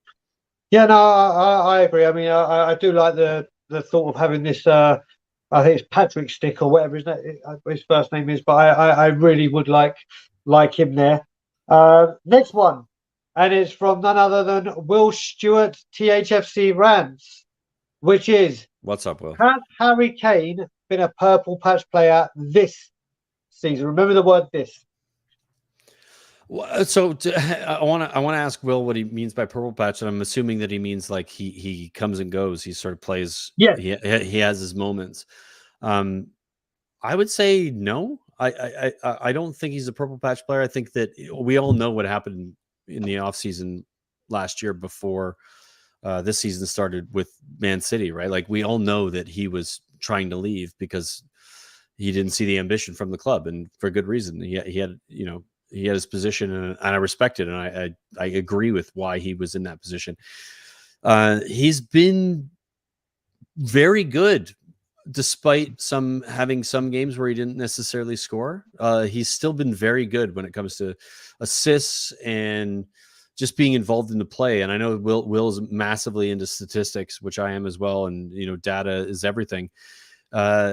Look at his involvement in goals in big plays. I mean, he's been incredible for Spurs in the second half of the season. So purple patch, second half of the season is a purple patch. So yeah, I would say that he's been in that purple patch, but I just think he's world class. I think he's across the board. He's been solid since he bought in again, since he decided that, well, okay, let's get back to playing football again. He since he did that, he's been incredible.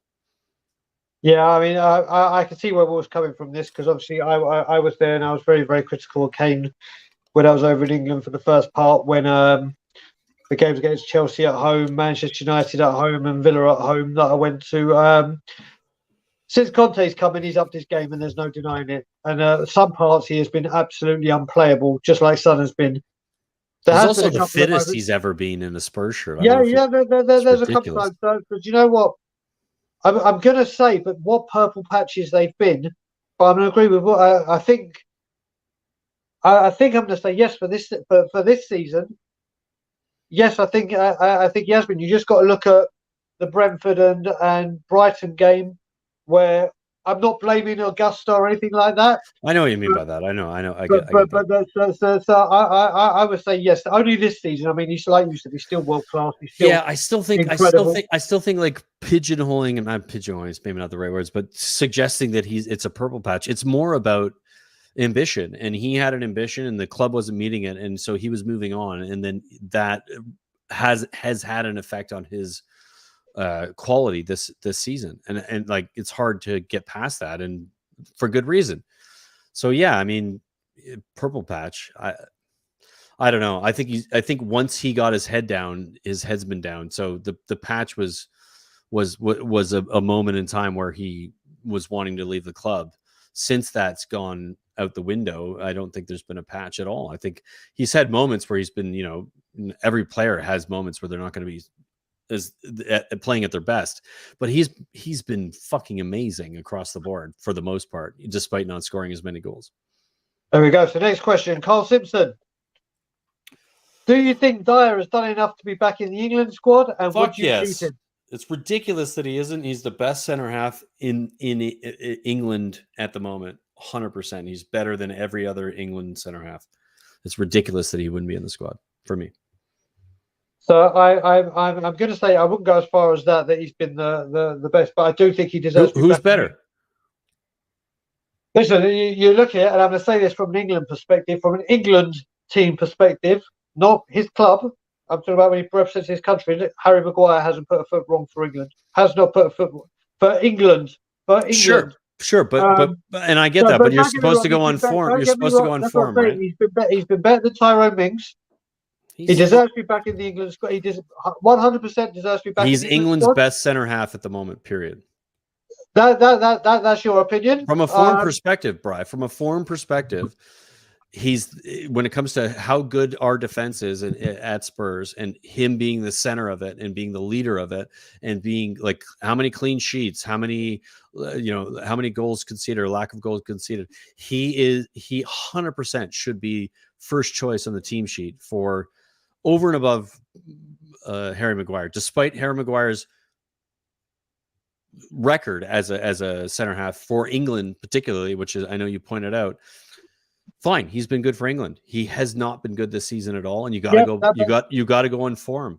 But yeah, like I said, Dyer's form has been bar none the best. That is your opinion. I said, that's fact. It's not opinion. Well, but that's what I'm saying. But the question is, do I or do you? So for me, yes, he does deserve to be in the England squad, and yes, we should keep him, but he should not be. Put it this way, I think when we start buying in the summer, out of all the people we need to upgrade on, and there are a lot of places, he will be the least concerned. If we can get a strong left back, centre back in like a Bastoni, with Bastoni one side and Romero the other, just like we have Vertonghen and Alderweireld, Dyer will be able to. He's been brilliant. He's been brilliant this season. So I will say we've got another super chat in, and it's from the Resonator, and it's could you answer mine, Bob, and Ben's questions? And it's very, very easy. I'm going to answer them without even going through them. The answer is Paul Stewart. What was the question? Just everything, because of this Paul Stewart thing, every single question they've asked has been a question where the answer works out Paul Stewart, whether it's okay. So yes. So that's that one answered, and thank you for the super chat, Rez. Paul Stewart to everything. So Bri, so we're gonna need to call it at 2 hours. So we got 13 minutes to get through. I'm going through all the questions that have been so we're gonna try to get through them. If we don't get through them this time, we'll definitely get to them next time. I'm going to stay to the ones that are starred. So if I have to stay a bit longer, so don't star anymore. Then is what I'm saying essentially. Okay, that's fair play. That's fair play. So next one. So Tottenham, 22 years is the reason why it's Levy out. Even if we won the next 3 titles, I still want them gone. Not even a question, actually, so we get rid of that. But I totally agree with you there, Kelvin. Completely agree with you. Bridges have been burned. Here you go. This is a great one. Do you think pre-season players in helps where you finish in the table? Yes. 1 billion%. It's especially with Conte, because his focus on the preseason is massive, because it defines what the clubs or what the style and everybody understanding what their roles are and how they're supposed to play. So 100%. Yep. So there we go. That one. The next one is I can answer this one very, very quickly. Why does Levy want to take part in negotiation transfers if he was obviously hired as sporting director? Simple answer, because he's a prick. No, simple answer is money. Like he cares about the money. That's so he's going to be involved in it because he cares about the money.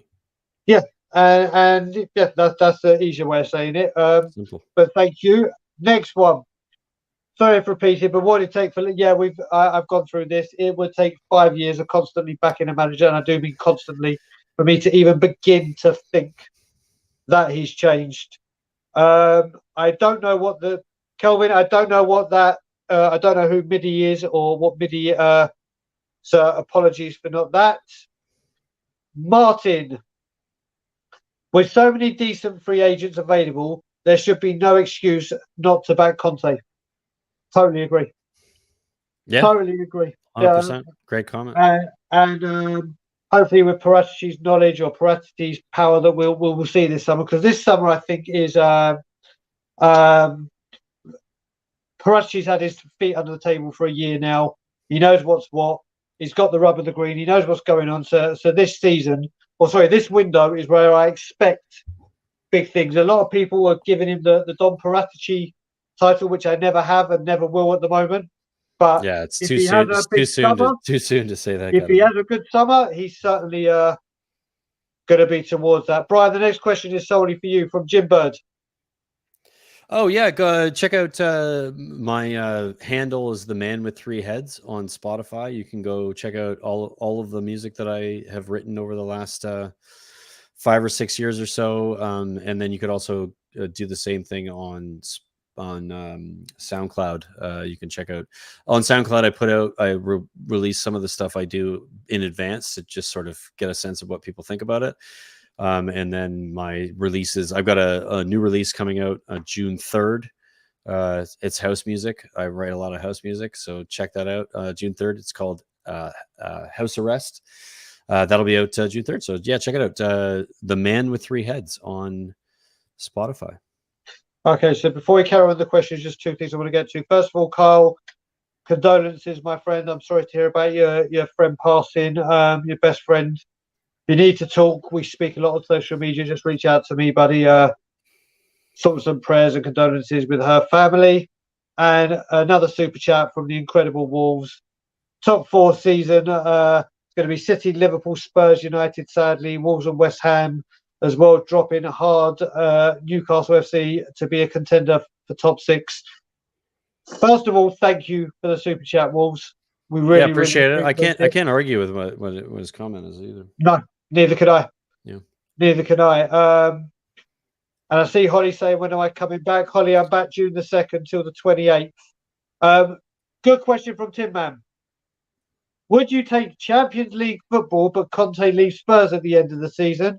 Or would you take 5th with Conte next season? 5th with Conte. Easy. Big time. Big time. There's without a shadow of a doubt. Next one is for me. If we win the league or Champions League under Conte, will Brian get a tattoo of I love Levy? You could not pay me enough to have that name or anything to do with him tattooed on me. But funny, Stuart, nonetheless. It's funny.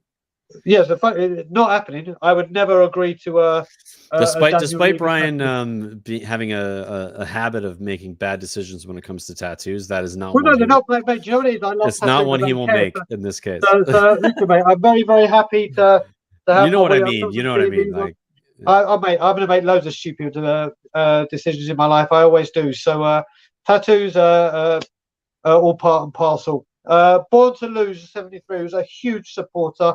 Another person I speak to regularly on social media. Thank you so much, mate. Just a huge thank you to all at Tottenham On Tour for such brilliant content this season. Your passion and dedication is immense, and I've enjoyed every show you've done. Big up to you all, and in the chat, Common You Spurs. Big up, my man. Next one. If we make Champions League, how far will we go? Apologise if someone had asked that. I've only just joined SAC. We haven't been asked that question. Brian, you go first. We will get through the group stages and knocked out immediately in the knockout stages, is my thought. Yeah, I mean, that's what I think. I mean, this year... It's too soon to care about that. It's the money that we care about. Exactly. And the prestige and what that means for other players who we can bring in. But where we go in the competition isn't relevant, I don't think. I think it's more about just being in it, and that has a lot of value and a lot of weight. Exactly. I mean, we look at it, and Antonio Conte's Achilles heel seems to be the Champions League. He's a 1 game a week manager, and exactly. And I think it'll get distracting to some extent, and I think that'll may be problematic for the league. So the sooner we get knocked out of it, the better, probably. Well, no, which is a shitty thing to think, but no, I agree with you. We're going to get to out the group stage, and then may struggle, but we shall see. But yeah, like you said, this is building to make sure we're regularly back in it, like we were on the pod. The money, man. It's about the money, and it's a prestige, money and prestige. Like the fact that you get it, that you have it, means that you can bring in the best players. You can, show them, hey, best manager, best players, best stadium, London, fucking, all the things that are good about being, playing for Spurs. We have all of it. So get in, Next question is a great one from Stuart Such. What signing did you get the most excited about but flopped? There is a long list, but I was mega excited about Rebrov when we got him. I'm gonna go very recent because it's on top of mind, and it's still annoying me, is Tanguy Ndombele. You and I, Brian, when he came in, you and I talked about on our, when we first started Tottenham away back in the day, Yeah. we talked about him being one of the best midfielders you're going to see in the Premier League, and he has just been completely the opposite of that, and it's just so disappointing. It's such a shitty scenario because of how much we spent, record signing. This is a player that's supposed to be going to sort of replace our previous Dembele to some extent, or like give us a similar. He offers a lot of the same things, but he has just been absolute dog shit, and he's dog shit where he is now, and he's just it's just such a disappointment for me. Anyway, that's on my recent. Yeah, I mean, list. for me, it's Sergei Rebrov is a great shout. It's a good shout. It's a while back for me, so I'm not thinking but, about it. But for me, I'm gonna have to say it's Roberto Soldado. Soldado is it's a tough one. So do you know what? When you talk about Soldado, and we signed this player who had scored 25 goals plus 5 La Liga seasons in a row. He is to do that in any but the way that Soldado got his goals was playing in a 4-4-2, and he had a big striker alongside him. Yeah, and it was the big man, little man, and then he gets brought to Tottenham, who AVB did not want, but Baldini and he did. And we said, yeah, very, very good. You play as a striker in a 2, you score 25 plus goals. Well, guess what? Now you play in a 1, and what you're going to do is make space on running midfielders. We didn't play him. It's kind of like when we signed Rebrov. Rebrov played deep to a Shevchenko. And if we had a Shevchenko alongside him, not saying the Shevchenko, which would have been lovely, then Rebrov would have been a lot better. But we brought Soldado in, who did so well in La Liga, and said, right, now you come here. We've bought you because you're so successful in that. But now we're going to play you in a completely different way. Again, bad recruitment, bad scouting. Yeah, just poor decision making for sure. And if we had like a Crouch alongside him, or Pavlyuchenko, or someone along that, Soldado would have absolutely battered the Premier League, absolutely annihilated it. It's a sad thing too, because I liked him. I liked his attitude. He always put the effort in. He never hid.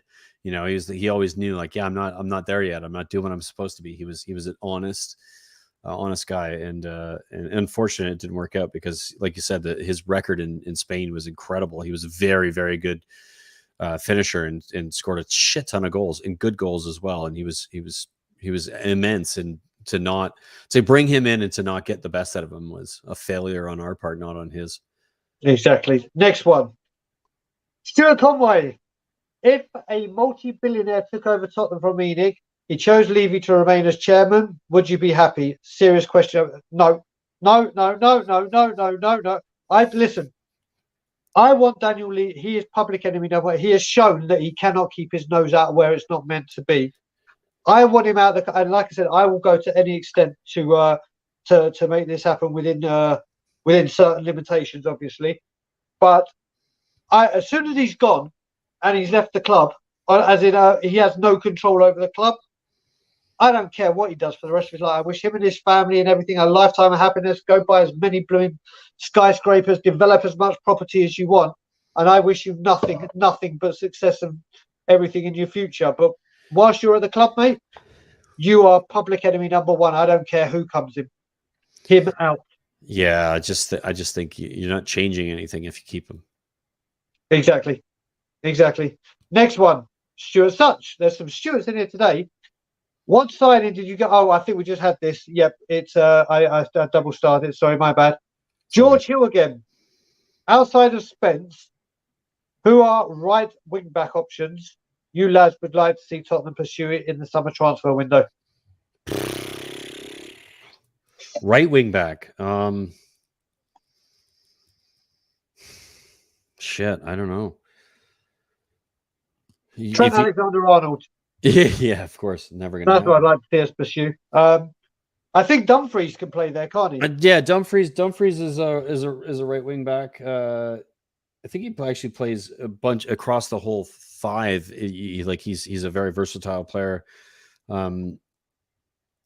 Max Aaron's maybe, if he's they're going down. I don't know if he's good enough though to do what Conte needs him to do. It's a tough one, man. It's a tough one. I don't specific players. I'm not, the Jacks of the world when it comes to like knowing all the players in Europe that might suit what we need. So I don't know if I have a players in specifically, but I just think that obviously it's the most important position is the wing backs. So we have to get it right. Whatever it is, we have to get it right. I'd still like to see fucking Bergwijn play right wing back. Yeah, that's a shout. Now, next one, big up a very, very close friend of mine, fellow Levy out protester. Every day we did it. Big up, Graham, my man. Looking forward to seeing you very soon, I will say. Which signing would you say will be the most important signing for Spurs? As in coming up, if it's coming up, it's Antonio Conte. Yeah, getting that extension signed. It's hard to argue that. I think you could also argue Kane signing an extension to his contract would be huge. I would also think that man, we need a new goalie badly. Not to say that I want to get rid of Lloris, but that needs to be addressed early and quickly. Somebody to come in and challenge him and also be the sort of the next step. But yeah, it's a tough one. Most important, like all of them are most important. There you go. Next one. Big up another great supporter, Lee Richards. Do you follow Canada football teams, Brian? Saw they qualified for the World Cup. Must admit, I don't know much about them. So I'll go very quickly on this, Brian, then you can slightly elaborate. Obviously, I live here now and have lived here for 4 years. And I only recently knew through Brian, when I watched a game with him live at his studio, at how far Canadian football, as in the country, has come on. When it comes to here, obviously, I will support them in the World Cup unless they play England. Then obviously my allegiances go elsewhere. But Canada, I've even said it before. I think Canada are getting out of the group stages. I think there's always a World Cup team. It's a tough group. You got Cameroon in the 90s. You got Turkey in 2002. You got Ghana, who did it in South Africa. There's one team that always seems to surprise people. I'm not saying they'll get far, but I think they're going to be the surprise get out of the group. And they've come on far. But I'll leave the rest to you, Brian. Yeah, I mean, they're just really well managed. They're good squad, young players. They've come through in locally in MLS and such.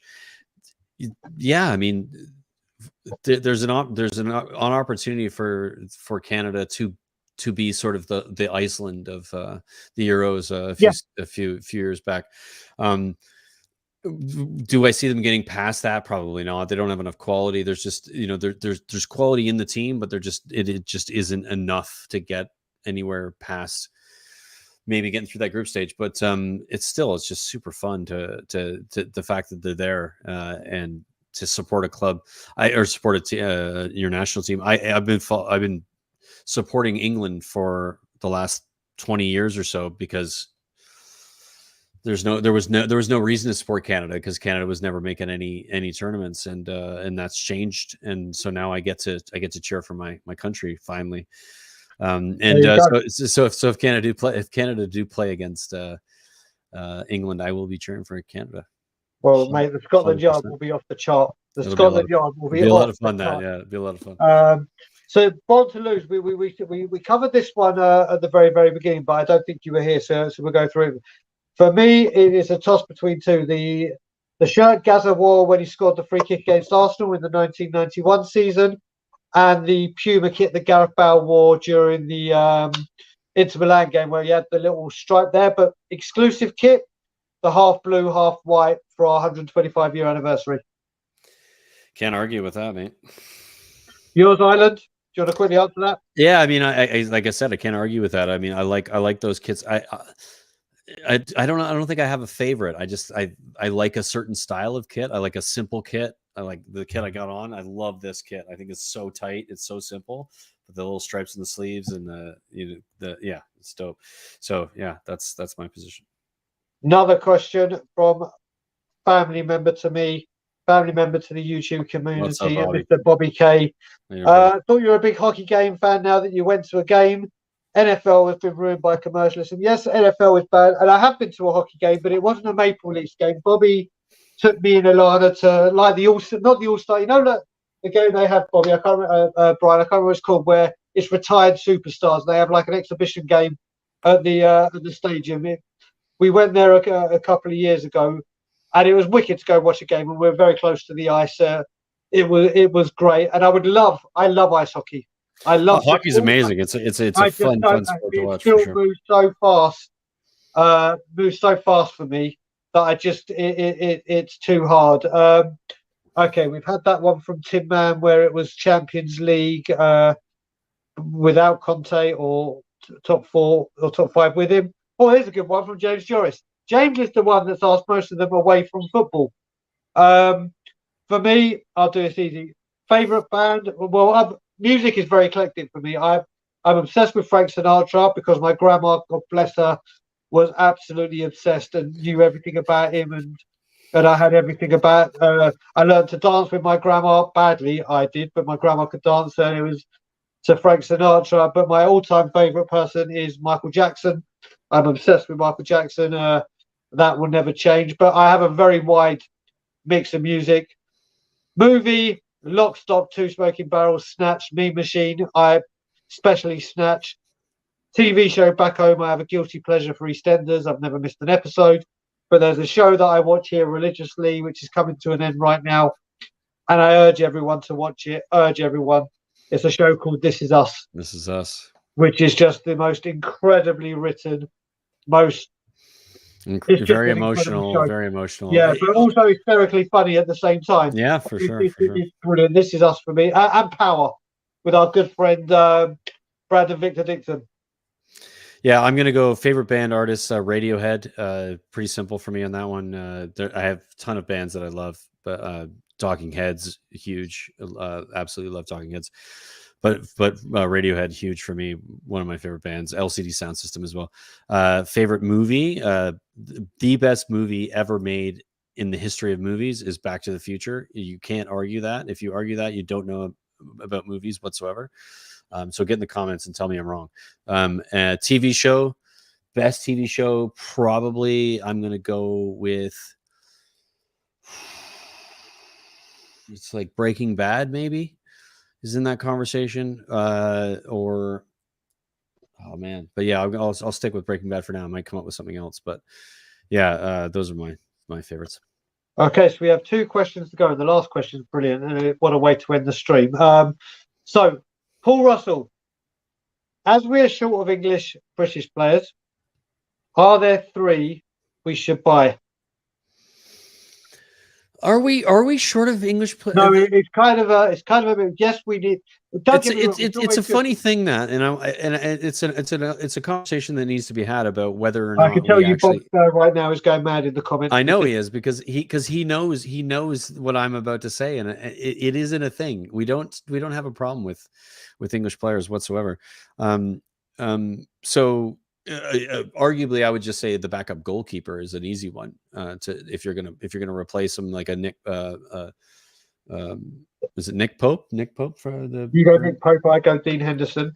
Yeah, I mean, I think Pope's played all season. Henderson hasn't. So, but I would agree that similar sort of realm of who I'd decide on. I don't think it's a thing. I don't think we're in any issue with that whatsoever. Okay, but obviously James Ward-Prowse, both of us number 2. Yeah, for sure. Yeah, or number 1 for me, but number 2 in this list here. Number 3. Let's see if we can think of a third player. And realistically, Kyle Walker I wouldn't Peters. mind. I tell you, I wouldn't mind. And this is totally left field. Is the because I think there's room for development with him. Is the Aston Villa defender Konza, who's also a Spurs fan. Yeah, he's had a really shit second half. Yeah, of the but under season, Conte, so if I could sign, I mean, don't get me wrong, I'd love to say Conor Gallagher, but if I'm getting James Ward-Prowse, we're not getting another. Well, if we're gonna go Southampton, what about getting Kyle Walker Peters back? I mean, I'd rather Konza. Yeah, maybe. Yeah. But that's me. I mean, and I'm just talking about realistic. Obviously, we could say Trent Alexander-Arnold or Reece James or Ben. Yeah, no, Not you gotta happening, you gotta not be happening. realistic for sure. You gotta be realistic. So yeah, and the final question, and what a way to end it, is James Hunter. Can you remind me what was the Arsenal score on the 12th of May 2022? 3-0, mate. 3-0. 3-0 to the 3-0. fucking So yeah, that absolutely is brilliant. all questions that we had done, and this has been a 2-hour, 10-minute stream that I have thoroughly enjoyed. It's brilliant, absolutely brilliant. Thanks everybody for the questions, and we're going to do this regularly because this is kind of the point of a channel, is to get you guys in and get your questions in for us to kind of talk to you about it, and have these types of conversations. So absolutely fantastic. Really enjoyed Especially it. during the summer, and I have to say, Yeah, summer will be a lot of this transfer I'm window. just bringing this Adrian up because if it wasn't for Adrian's technical issues, we wouldn't have had the show in there originally when it happened. So, Adrian, we still got to arrange getting you on. Yeah, we got to sort that out, Adrian. Sorry about that. I will be. Listen, I'm in England in a couple of weeks, so we'll be in touch, and we'll sort something out when I'm back in England for sure. But I just want to say to everyone, thank you so much for joining us. Been a pleasure. It's been a hell of a lot of fun, and yeah, what can you expect? Straight Out of Conte will be out tonight or at some point. And then obviously there will be a Daigle's Digest that comes out tomorrow because we're putting 2 things out today. But thank you guys. Thank you from the bottom of our hearts. Yeah, thanks for joining us. It's been an absolute pleasure. Appreciate everybody in the comments, all the super chats, all the stuff. Fantastic. We'll see you soon. Cheers. Conte.